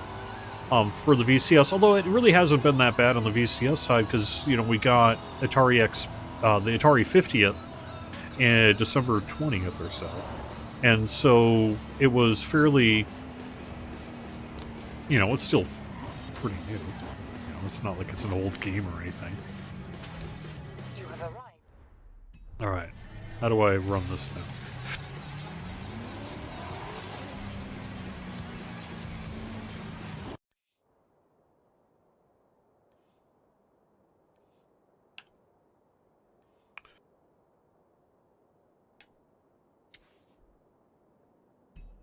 And right.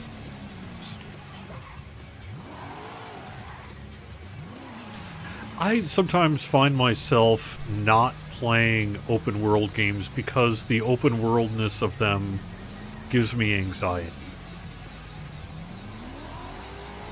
I did that with Sleeping Dogs. I loved the game Sleeping Dogs. I played that a whole bunch on the PS4, but I didn't really get that far into it. Only maybe 15 hours or so. And then I was just like, I can't, it's too much. There's just too much to do. I can't handle this. I solved that problem on Luna for Lost Judgment, and what I did is I just put the blinders on, and I just stuck to the main story, and it's, you know, got, what, about a 15-hour main story mode there. And so that was really cool. Recommended is the Bronco, huh? Or the... we'll do this. Spider-Man also did that to me. I liked the Spider-Man game a lot, but I didn't actually play it that much because I got overwhelmed by the map, and I was like, I don't want to do all this stuff. That's too much. I can't. I just can't do all that stuff. Can I just sort of like enjoy the story and play the game? So I'm I guess a little bit different, but I love the general design of open world. And Lost Judgment is fantastic. God, did I love Lost Judgment. I had no idea I was going to love that game as much as I did. That game is just fantastic.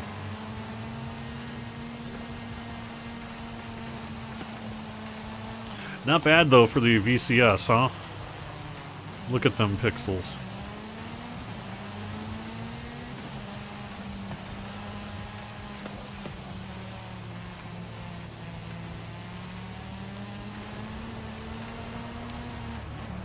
I mean, I'm not claiming to be a good driver, but, you know. But, like, this is a great example of a game that I really enjoy on Game Pass as well, and the other streaming services. Because I'm not the kind of person who's paying $70 to buy Forza Horizon 5. And I'm probably not paying $30 to do it either. And honestly, I'm probably not even paying 10 or 15. And there's nothing, it's not that it's not worth that much or anything. But I've got so many games to play, just like other people do. I've got a million games to play. And so the idea of paying full price for something like Forza is like, nah, I'm just not playing it. But on something like Xbox Game Pass here, you can really enjoy the game and just kind of have fun with it while you can. And then move on. And you haven't really invested, you know, any kind of big outlay of money that makes you feel like only quote getting 4 hours of Forza out of it. That's fine. Oh, just have fun playing, looking at the pretty scenery and cars for a couple hours, and then move on to something else.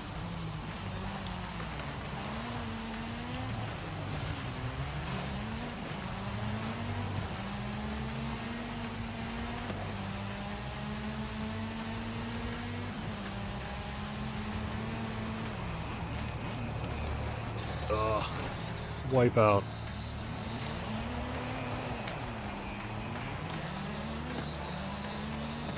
Last place. Fine. My professional racing career is over before it even began. I'm okay at Wreckfest. And I can do okay in some racing games, but I haven't been doing good here. I'm not sure what I'm supposed to be doing. Different, but...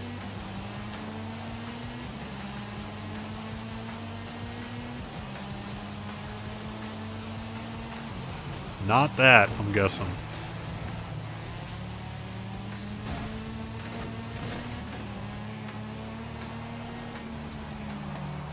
That's the other nice thing about some of the cloud gaming services that I guess I have discovered in doing this series of videos, is that I, oops. Really? Alright, fine.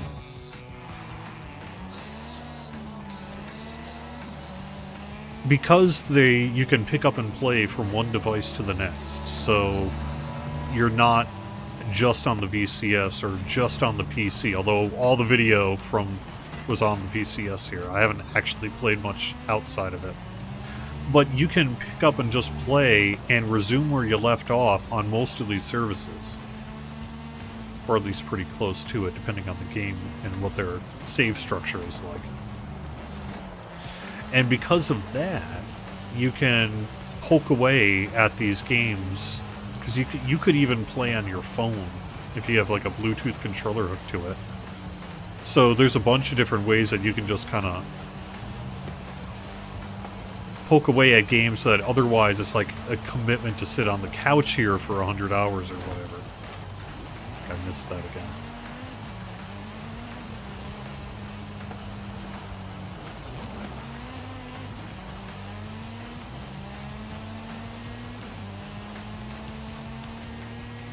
But even so, I was reminiscing about the Persona games, because I noticed they're on Game Pass too, and I think Persona 3 may have been the singular game I've put more hours in than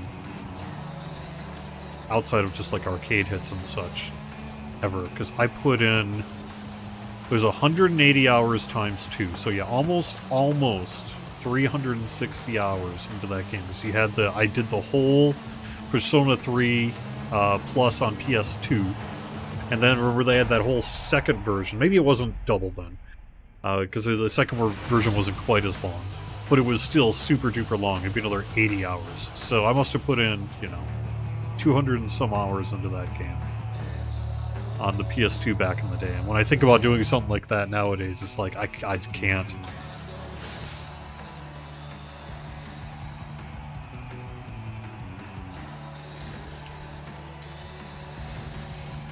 The other thing I kind of like is you can just real quick pop out. Oops.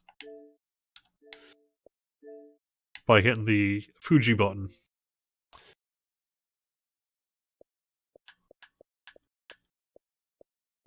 Oh yeah, this will be good.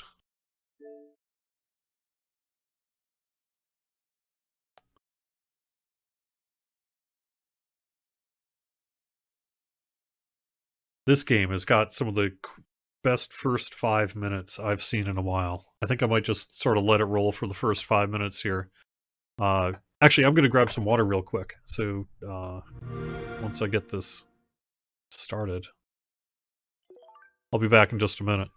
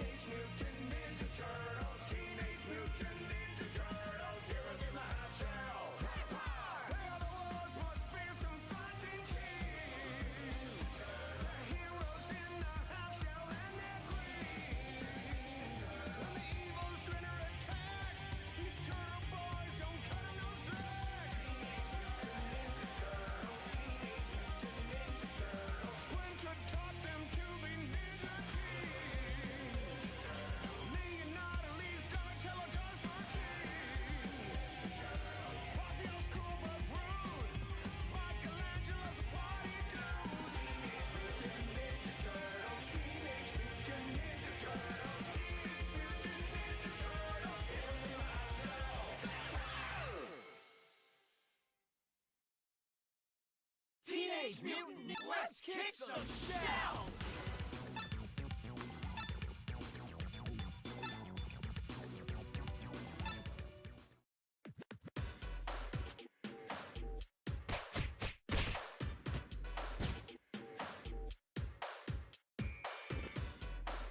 Radical!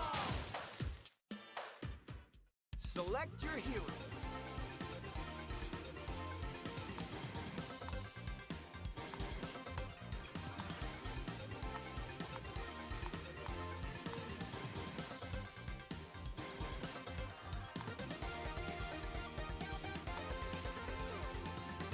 turtles.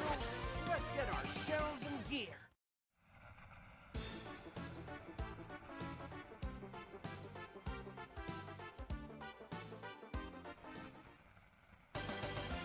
Jaw-breaking news.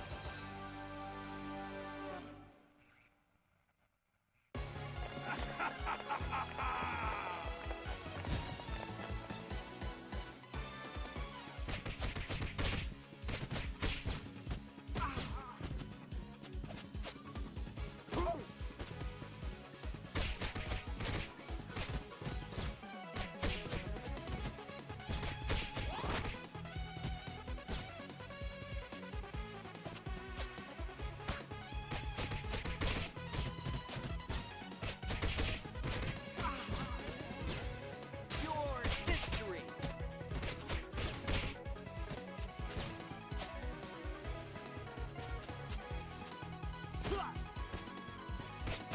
Hi-ya!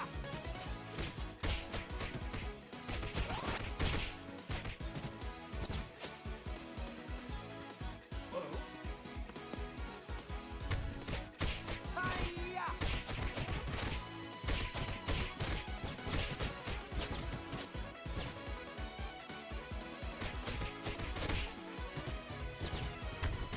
Hi-ya!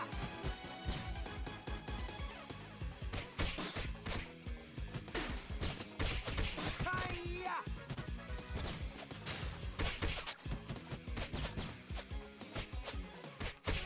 Hi-ya!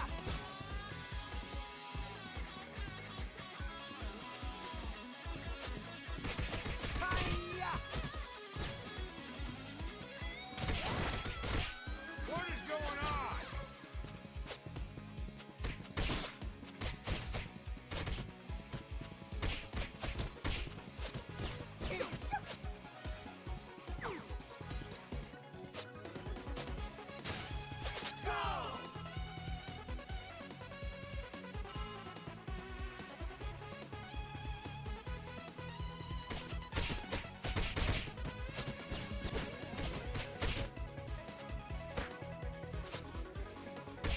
Go!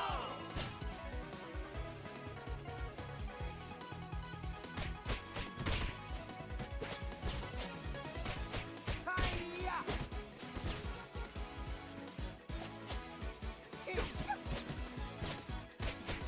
Hi-ya!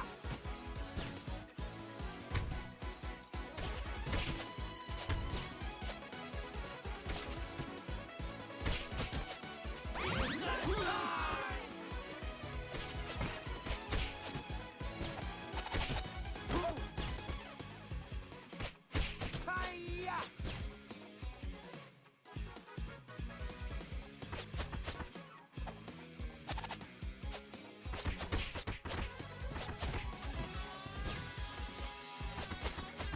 I gotta focus. I gotta focus. Hi-ya!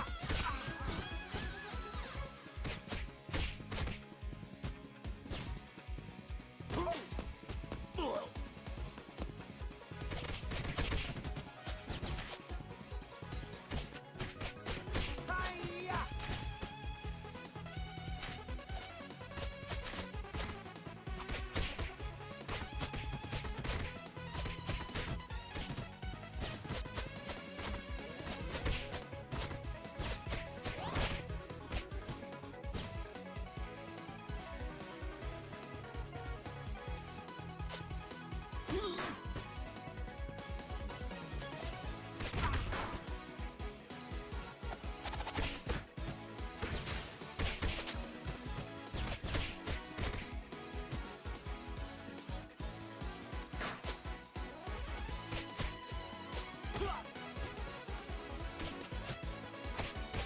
Hi-ya!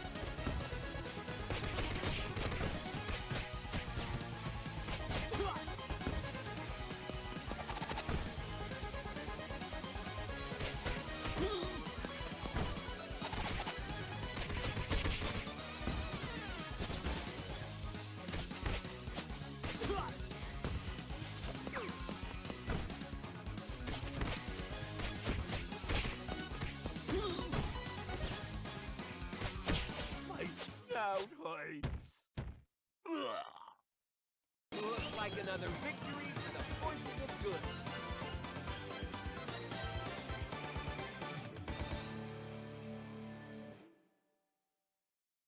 Cowabunga!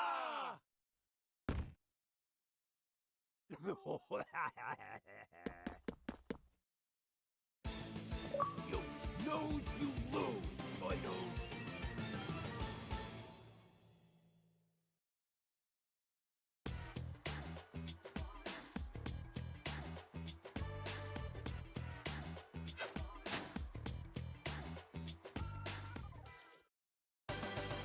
Big Apple, 3 p.m.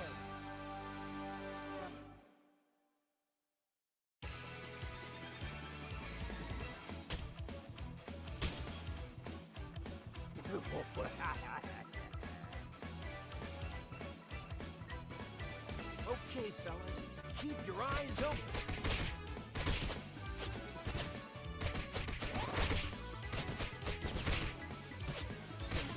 Hi-ya! Go!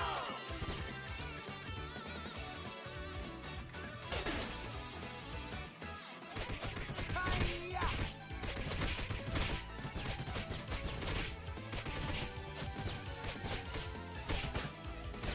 Hi-ya! Go! Green machine!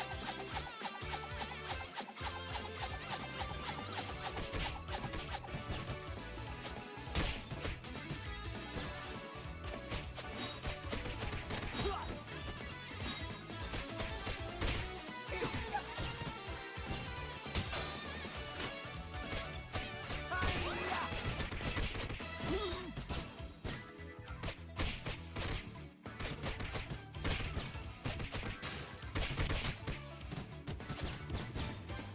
What idiot dropped this on the floor? Hi-ya!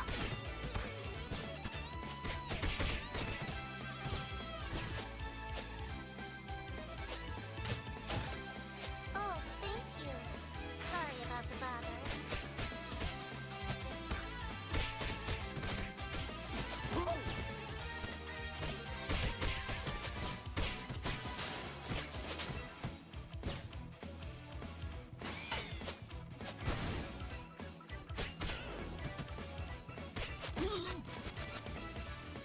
I gotta focus.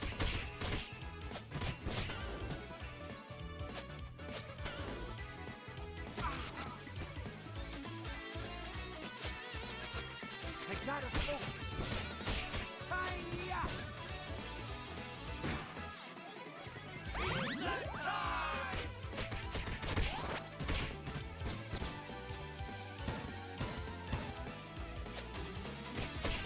Hi-ya!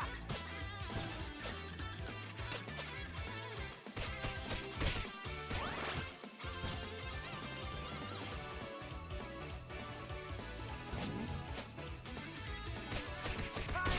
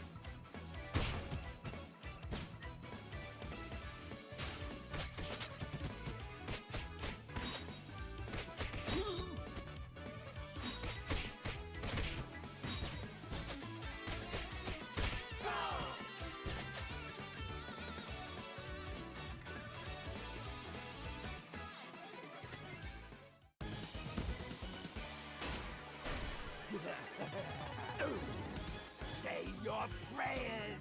You never learn, Rocksteady. Hi-ya!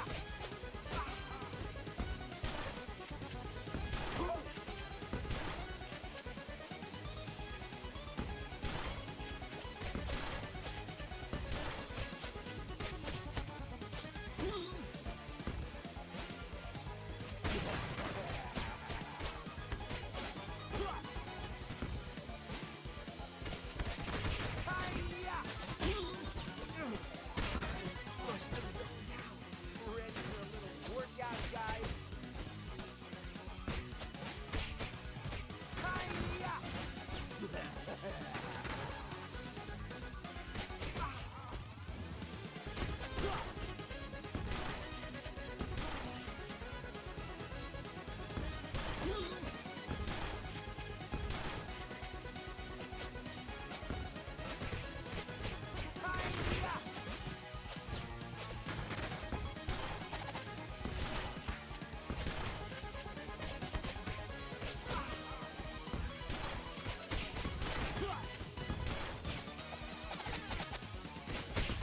I gotta focus.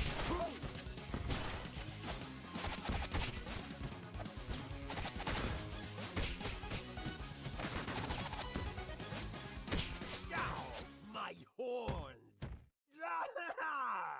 Looks like another victory for the forces of good. Cowabunga!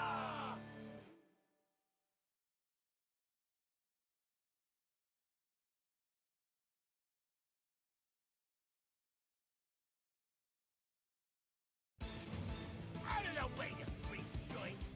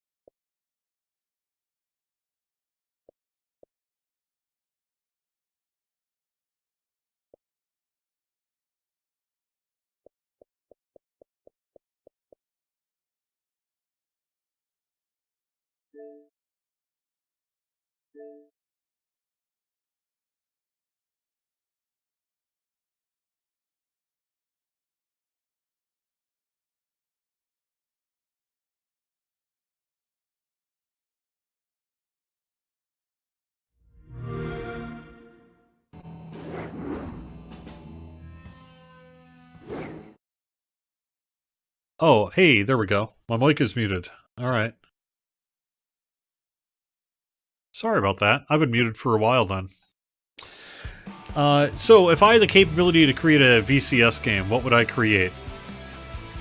I would create Atari Pinball Recharged. It would be a series of 10 retro pinball tables, all Atari themed, neon-y and stuff, all retro-y. And that's what it would be. So if I could create a VCS game, I think that's the one I would select.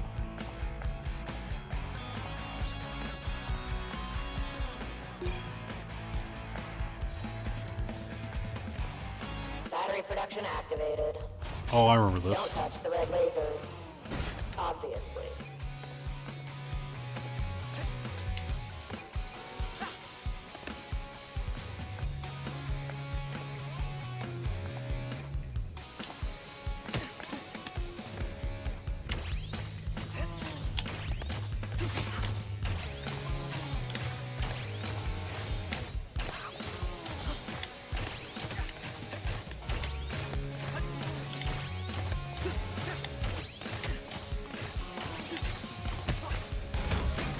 Hey, cool. What's that?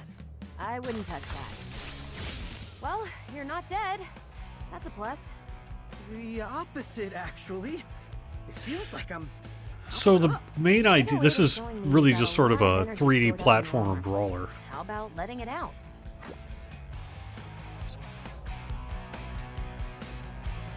Alright. L and R at the same time. Okay. Please don't explode.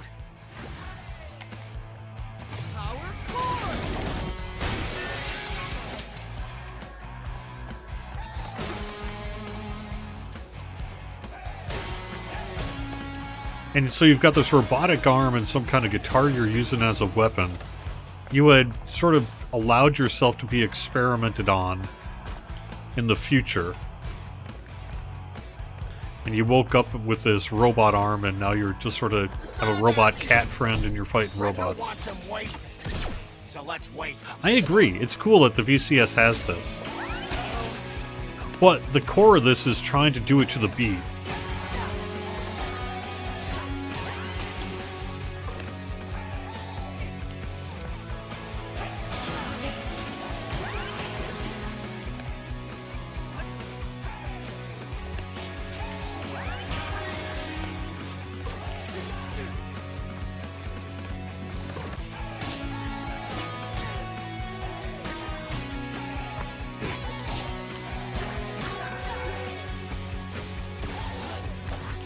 I haven't quite figured out that gauge on the second. I'm not quite sure. I haven't really been able to make it do what I want yet. I'm not sure what button I'm supposed to be pushing yet. Oh, I guess it was Y.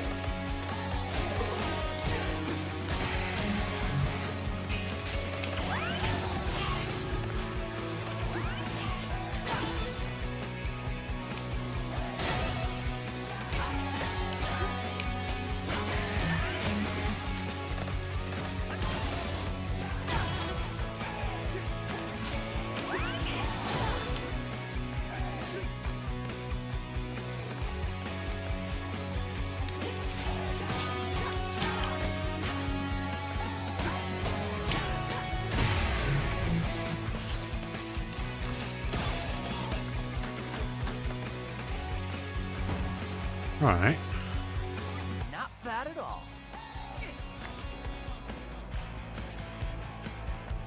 Quite sure where I'm supposed to go. This way.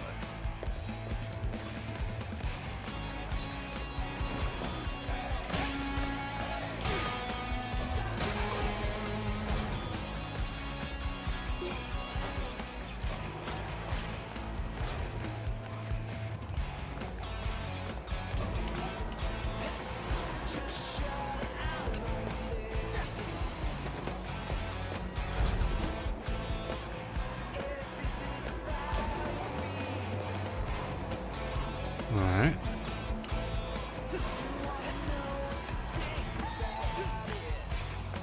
Oh, is this what it is? No? Okay.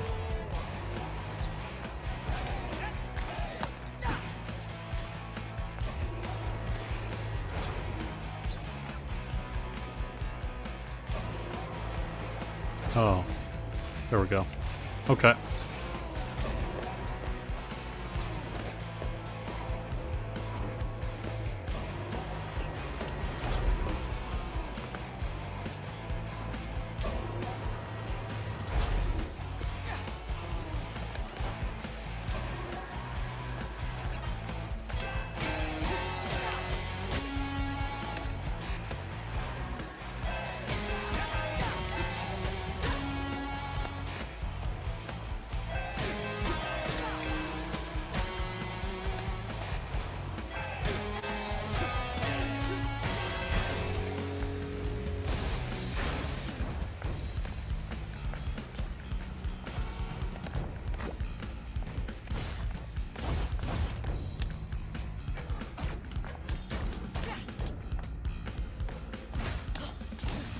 Oops.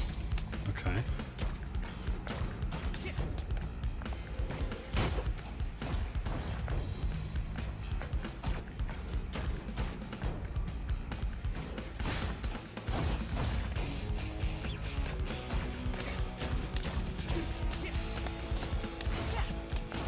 Oh, okay, I see what's up. Gotta go off to the side here, I think. Or I have to go up top, maybe. Nope, here we go.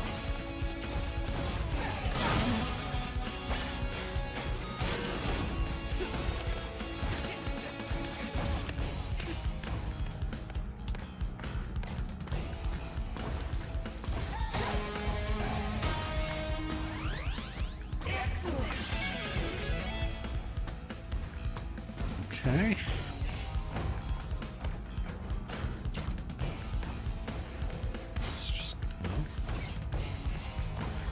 Maybe that was just a secret.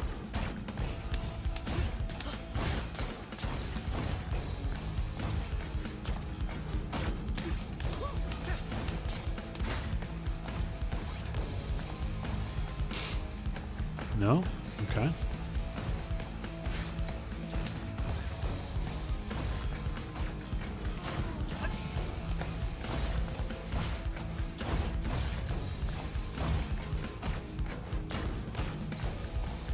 Oh, just on this side.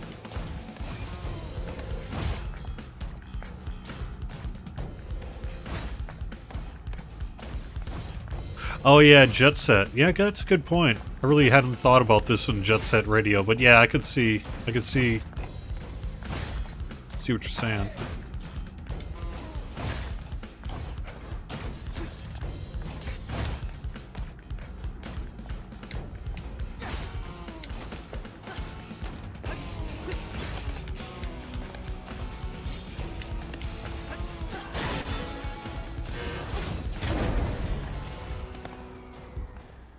Uh-oh. Power's out. Generator looks busted. Did you fix it? Any tools nearby? Tools? I got a better idea.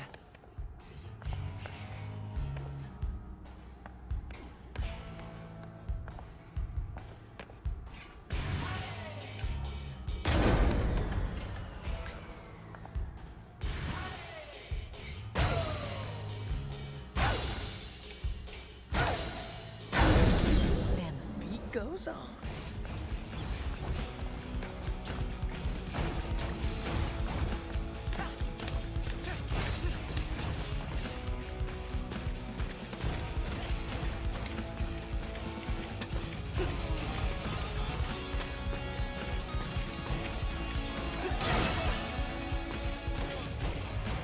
Wow.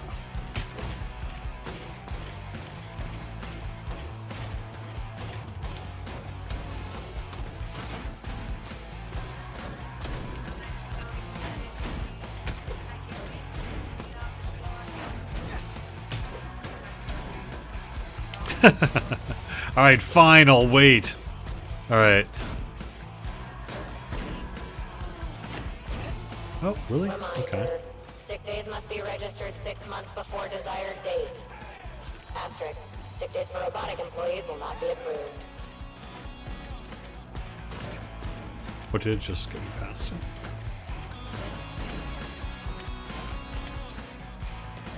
Okay.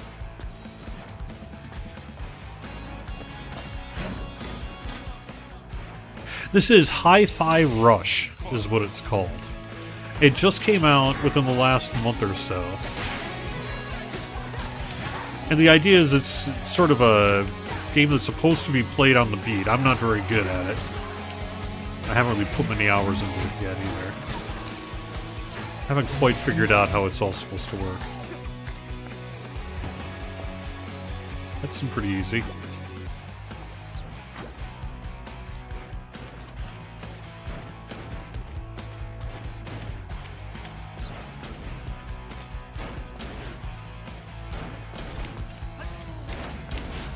Well,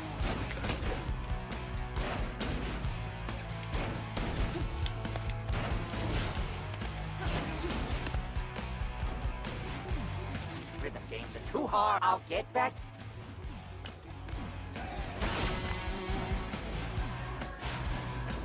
How about combining those heavy and light attacks for even more combos and beat hits? Now's the time to try it out.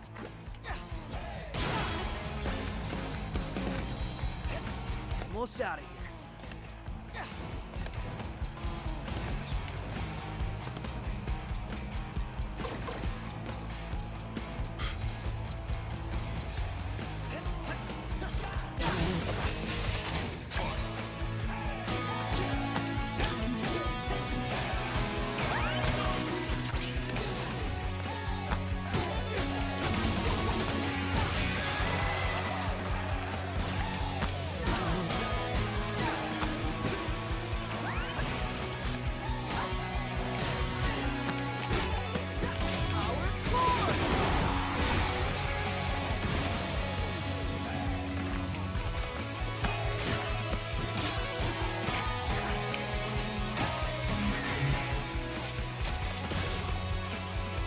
Alright. Let's go. Yeah, so it's... Well, no, it's not a permanent part of his arm. It's just a club he's using. He started off the game as just like a regular human in... I think it might have been the 90s. I think it was the 1990s. But he volunteered for some kind of company experiment. Went into like a cryo tank and ended up in the future with this arm.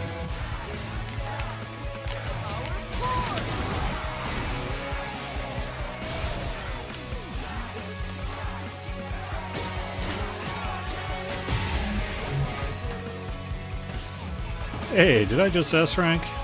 Alright. Yeah, I did play Brutal Legend on the PS3. It was cool. It was pretty alright. I didn't really like the humor as much as some other people did.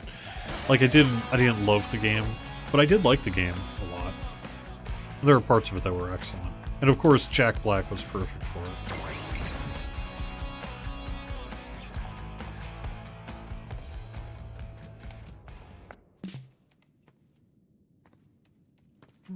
Weird colors going on here.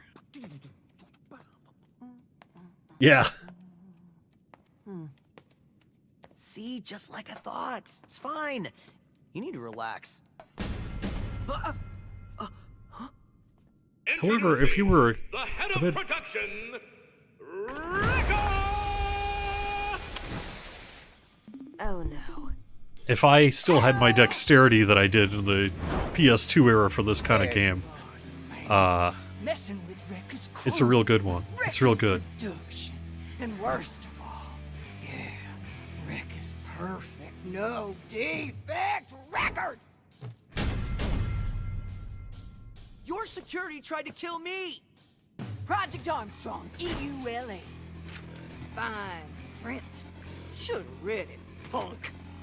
Defects get recalled. Recalled? You mean killed? Recca ain't picked the verbs. That's for the mooks in marketing. Anyway, thanks for being dumb enough to just waltz in here. Recca ain't gotta get her hands dirty. I told you. Welcome to the Project Armstrong defect check, honey. And our QA's the best in the business. Hey-o! I'm seeing this color weirdness too. This is the cloud bit. Like I say, you won't see this on Luna.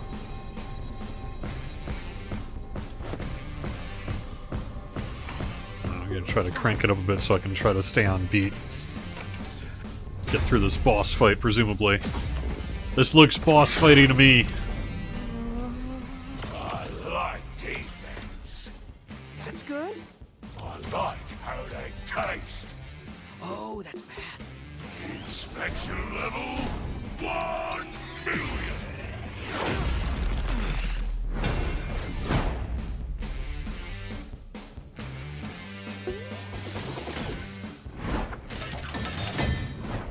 Let's rock, big boy. Bring it.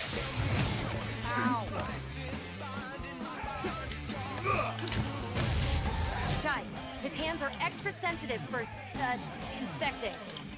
Weird way to say hit them, but okay. Get out of there! Oops.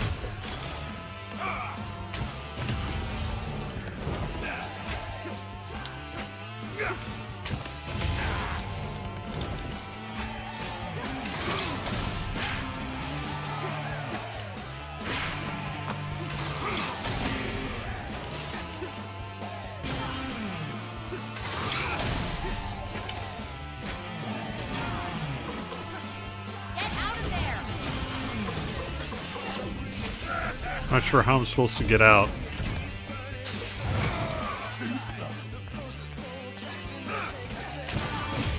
Not this, that's for sure. I feel like I should be hitting that bit.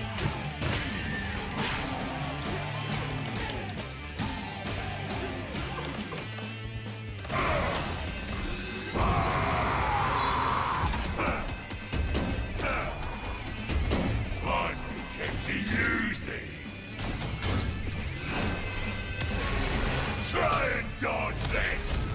Yeah, so, like, you don't have a run as far as I can tell.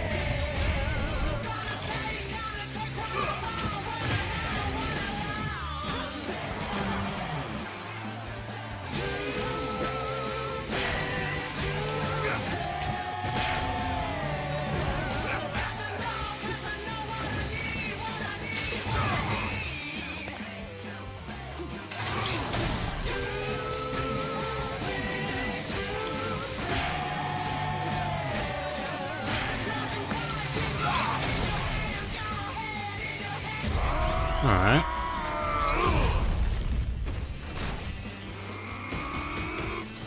Time to get serious.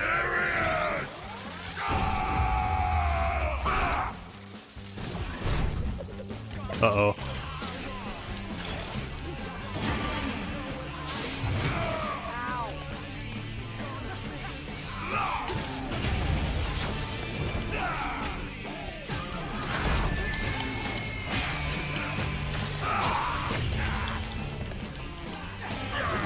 Stand down, Chai. Go get him.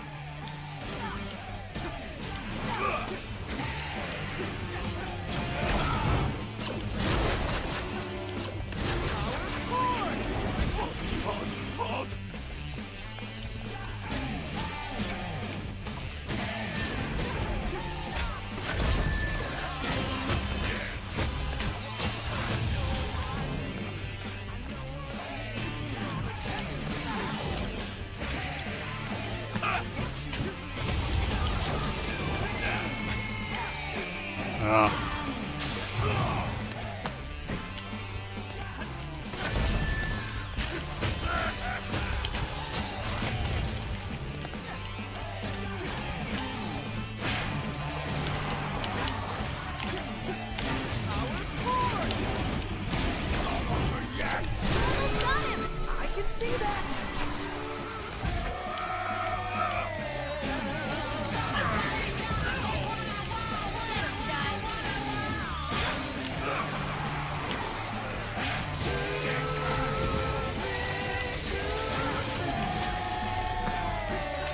Oh, dang it.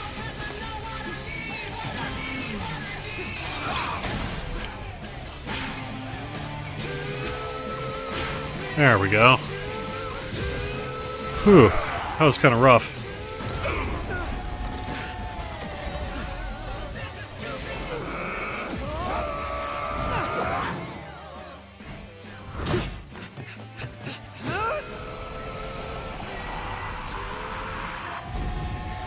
You got a killer track. But every song's gotta end.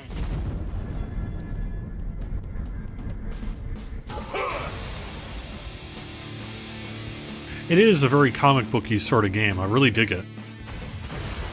If Sony ever wants a crew of people to do Into the Spider-Verse, perhaps these people should be tagged for it.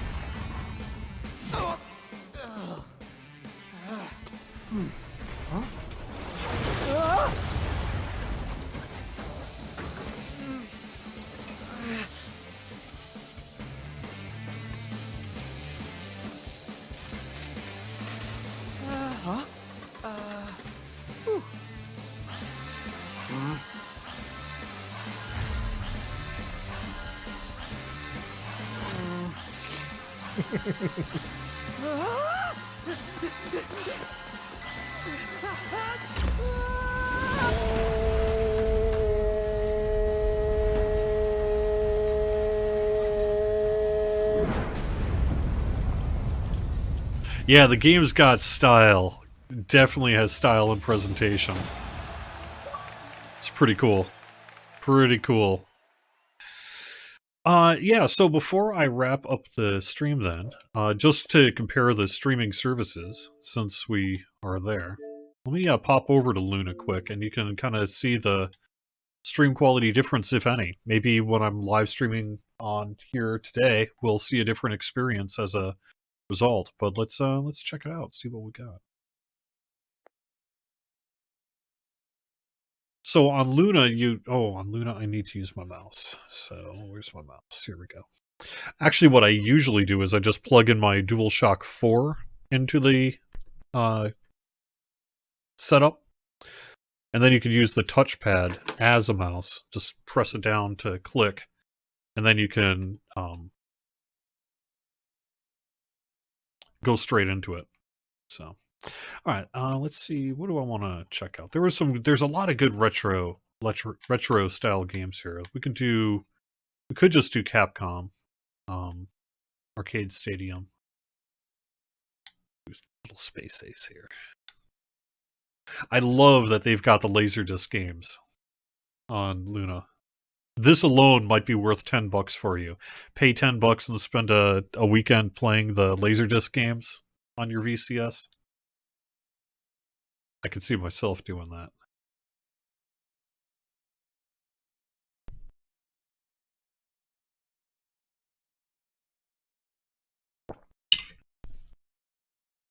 I used to get Digital Leisure and Digital Eclipse confused back in the day. Crap. Not so much these days.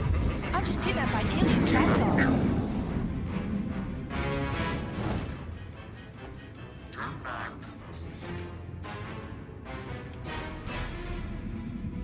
Aha! Borf is here.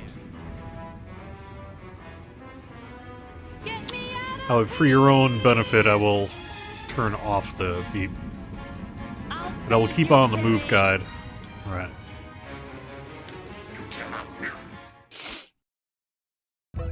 There's Bor's ship. Those main me.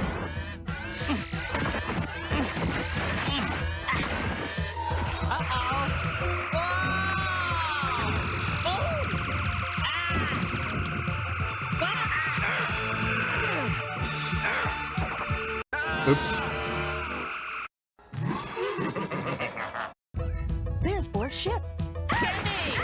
Those main me.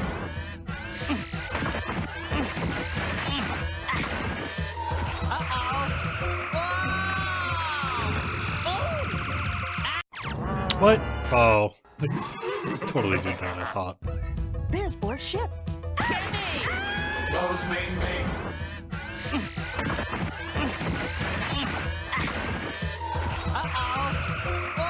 What?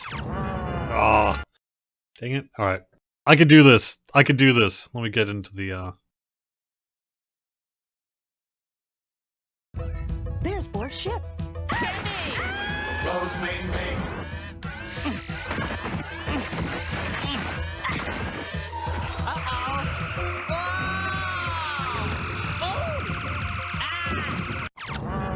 Like I did it too early. There's Bor's ship. Man, these games are ridiculous. And this is with the prompt.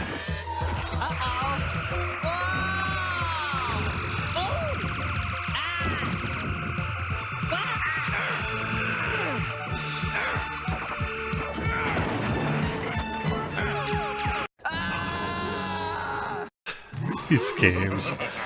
Alright, well that's enough of that. Oops, let me... Guess I'm gonna have to practice a bit before I try Space Ace on stream.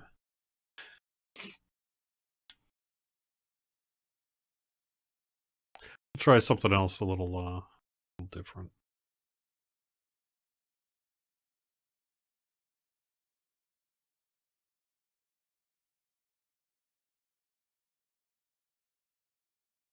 Something that would be pretty good to show off. Control might not be bad. But I'm not very good at Control either.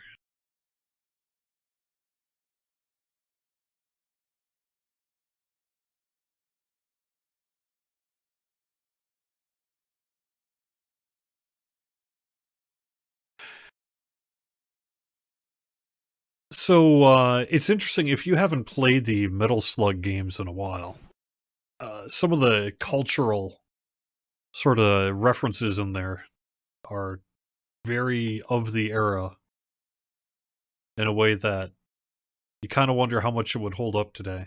There's a lot of just kind of, I don't know, stereotyping, I guess you could say, and some of the Metal Slug 2 and 3 specifically.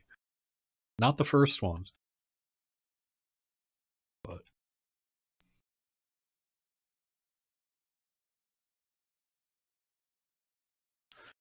this is a pretty cool game. I hadn't even really heard of it until it seems to be on pretty much all the streaming services.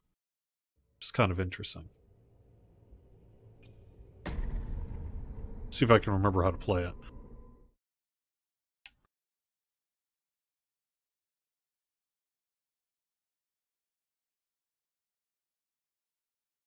You'll see, I believe you'll see just a real lack of artifacting and such on Luna. Whatever they've got going on is much, much nicer. Your way, please. It's... Perhaps it has an obligation left to fulfill. Alright, I am obtaining the divine tar. Or not. Okay. I remember...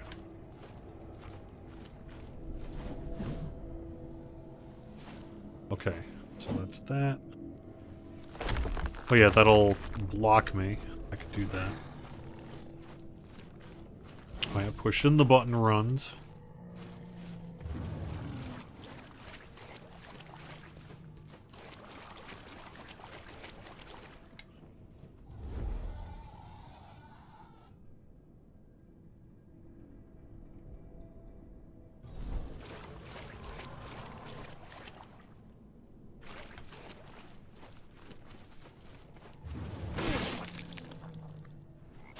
Really? Oh, okay. Well, don't fall on those then.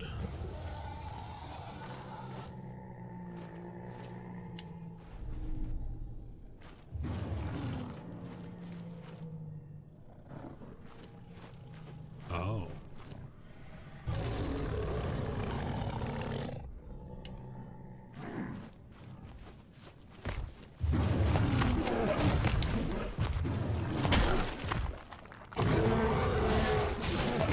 Uh-oh.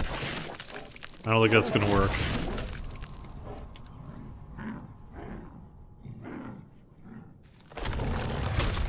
Let's try that again.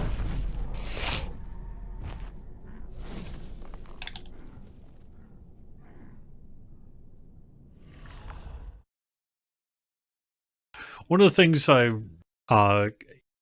do play modern games. One of the things I noticed playing Luna and GeForce and Xbox is just how many kind of like load screens you still have on a lot of video games. It's like, really? Do we really? It takes a long time between deaths and respawns. Still. Oops.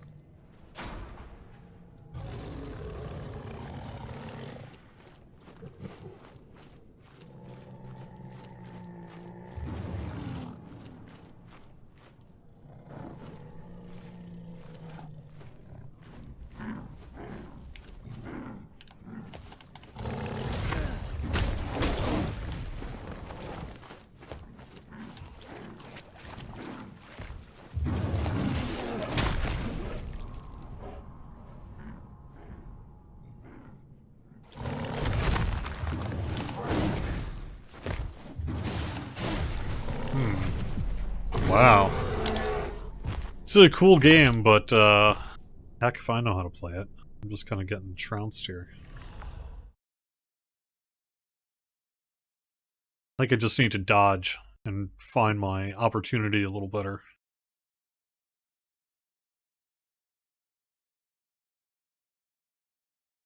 I was fighting zombies earlier and they were pretty easy.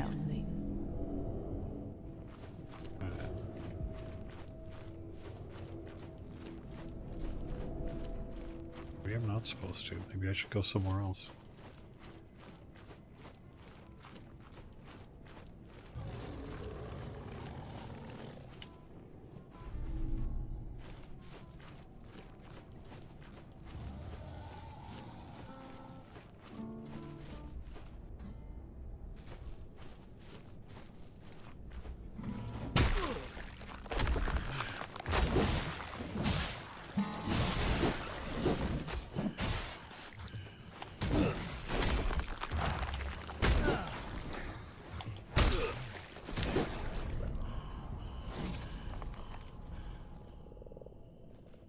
Oh, I think I'm supposed to freeze them. That's how it works, huh?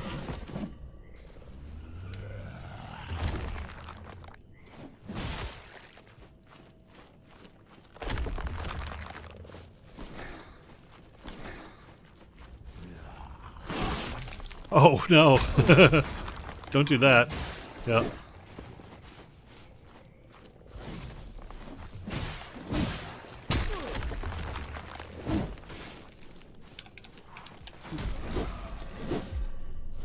Alright, well, that ain't working too good either. You know, I think I'm probably going to call it a night here anyway. It's getting pretty late. I wonder if there's any kind of last game I should play before I do, though. It's a cool game, but I'm going to have to spend a little more time with it and figure out, maybe start from the start again and go through the tutorial and try to remember what it is I'm doing wrong related to the combat there.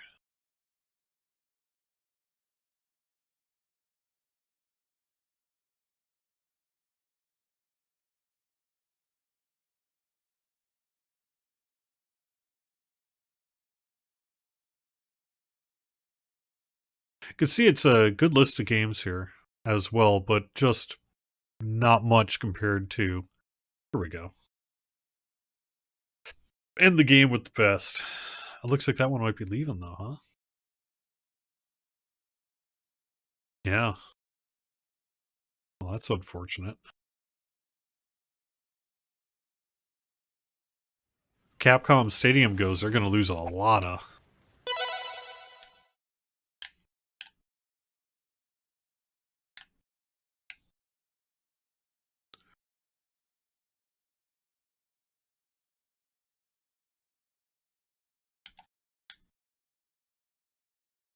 How am I supposed to do this? There we go.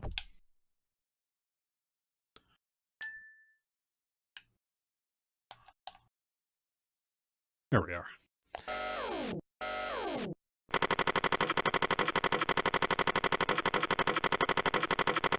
Yes, I am.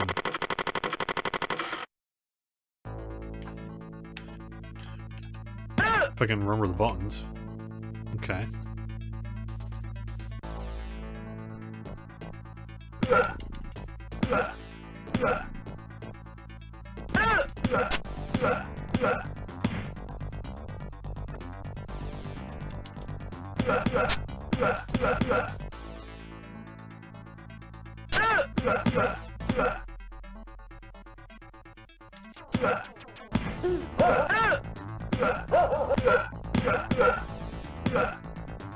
Got it.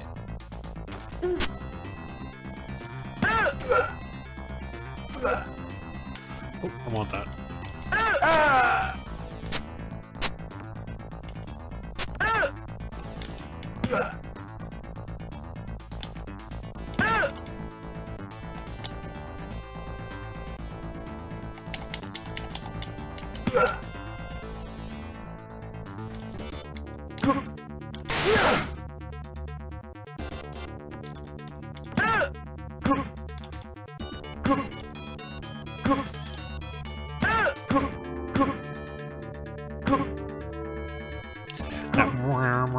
Is such a part of my arcade experience.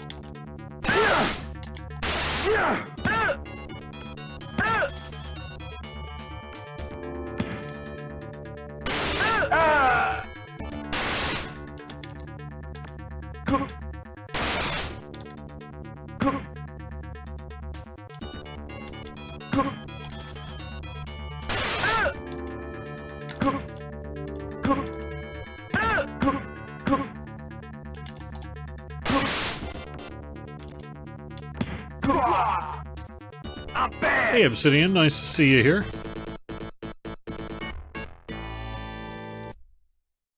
I'm about ready to wrap up the show. I'm just kind of winding down from that. Playing one last game. Got it. Mostly to show off the difference between Amazon Luna and xCloud as well on stream, because Luna just runs so much more nicely than Xbox Game Pass does. But it's not that. Ultimately, though, I don't think the experience is so bad on Game Pass that it isn't worth playing or anything. It's great and in many ways better than Luna. But Which one runs better? For sure. Oh, no! Ah, this game. I'm bad. Well, I'm not bad. So there we go. I think I am going to wrap up the show here. So thanks for watching, everyone. Hope you had fun hanging out and chat a little bit. I don't do a lot of live streams on the channel, but I just thought I'd stop by and do one here tonight. Hope you're having a good time, and yeah, I'm going to be not doing a video for a couple of weeks here. Before probably Aka R will be the next video I do, although I've got a couple possibilities of things I'm going to do before then, but I'm actually heading out on vacation here in a little bit, so I'm going to definitely be gone for the next couple of weekends, I think. So hope you're having a good time, and I will see you all in a couple of weeks. Thanks for watching.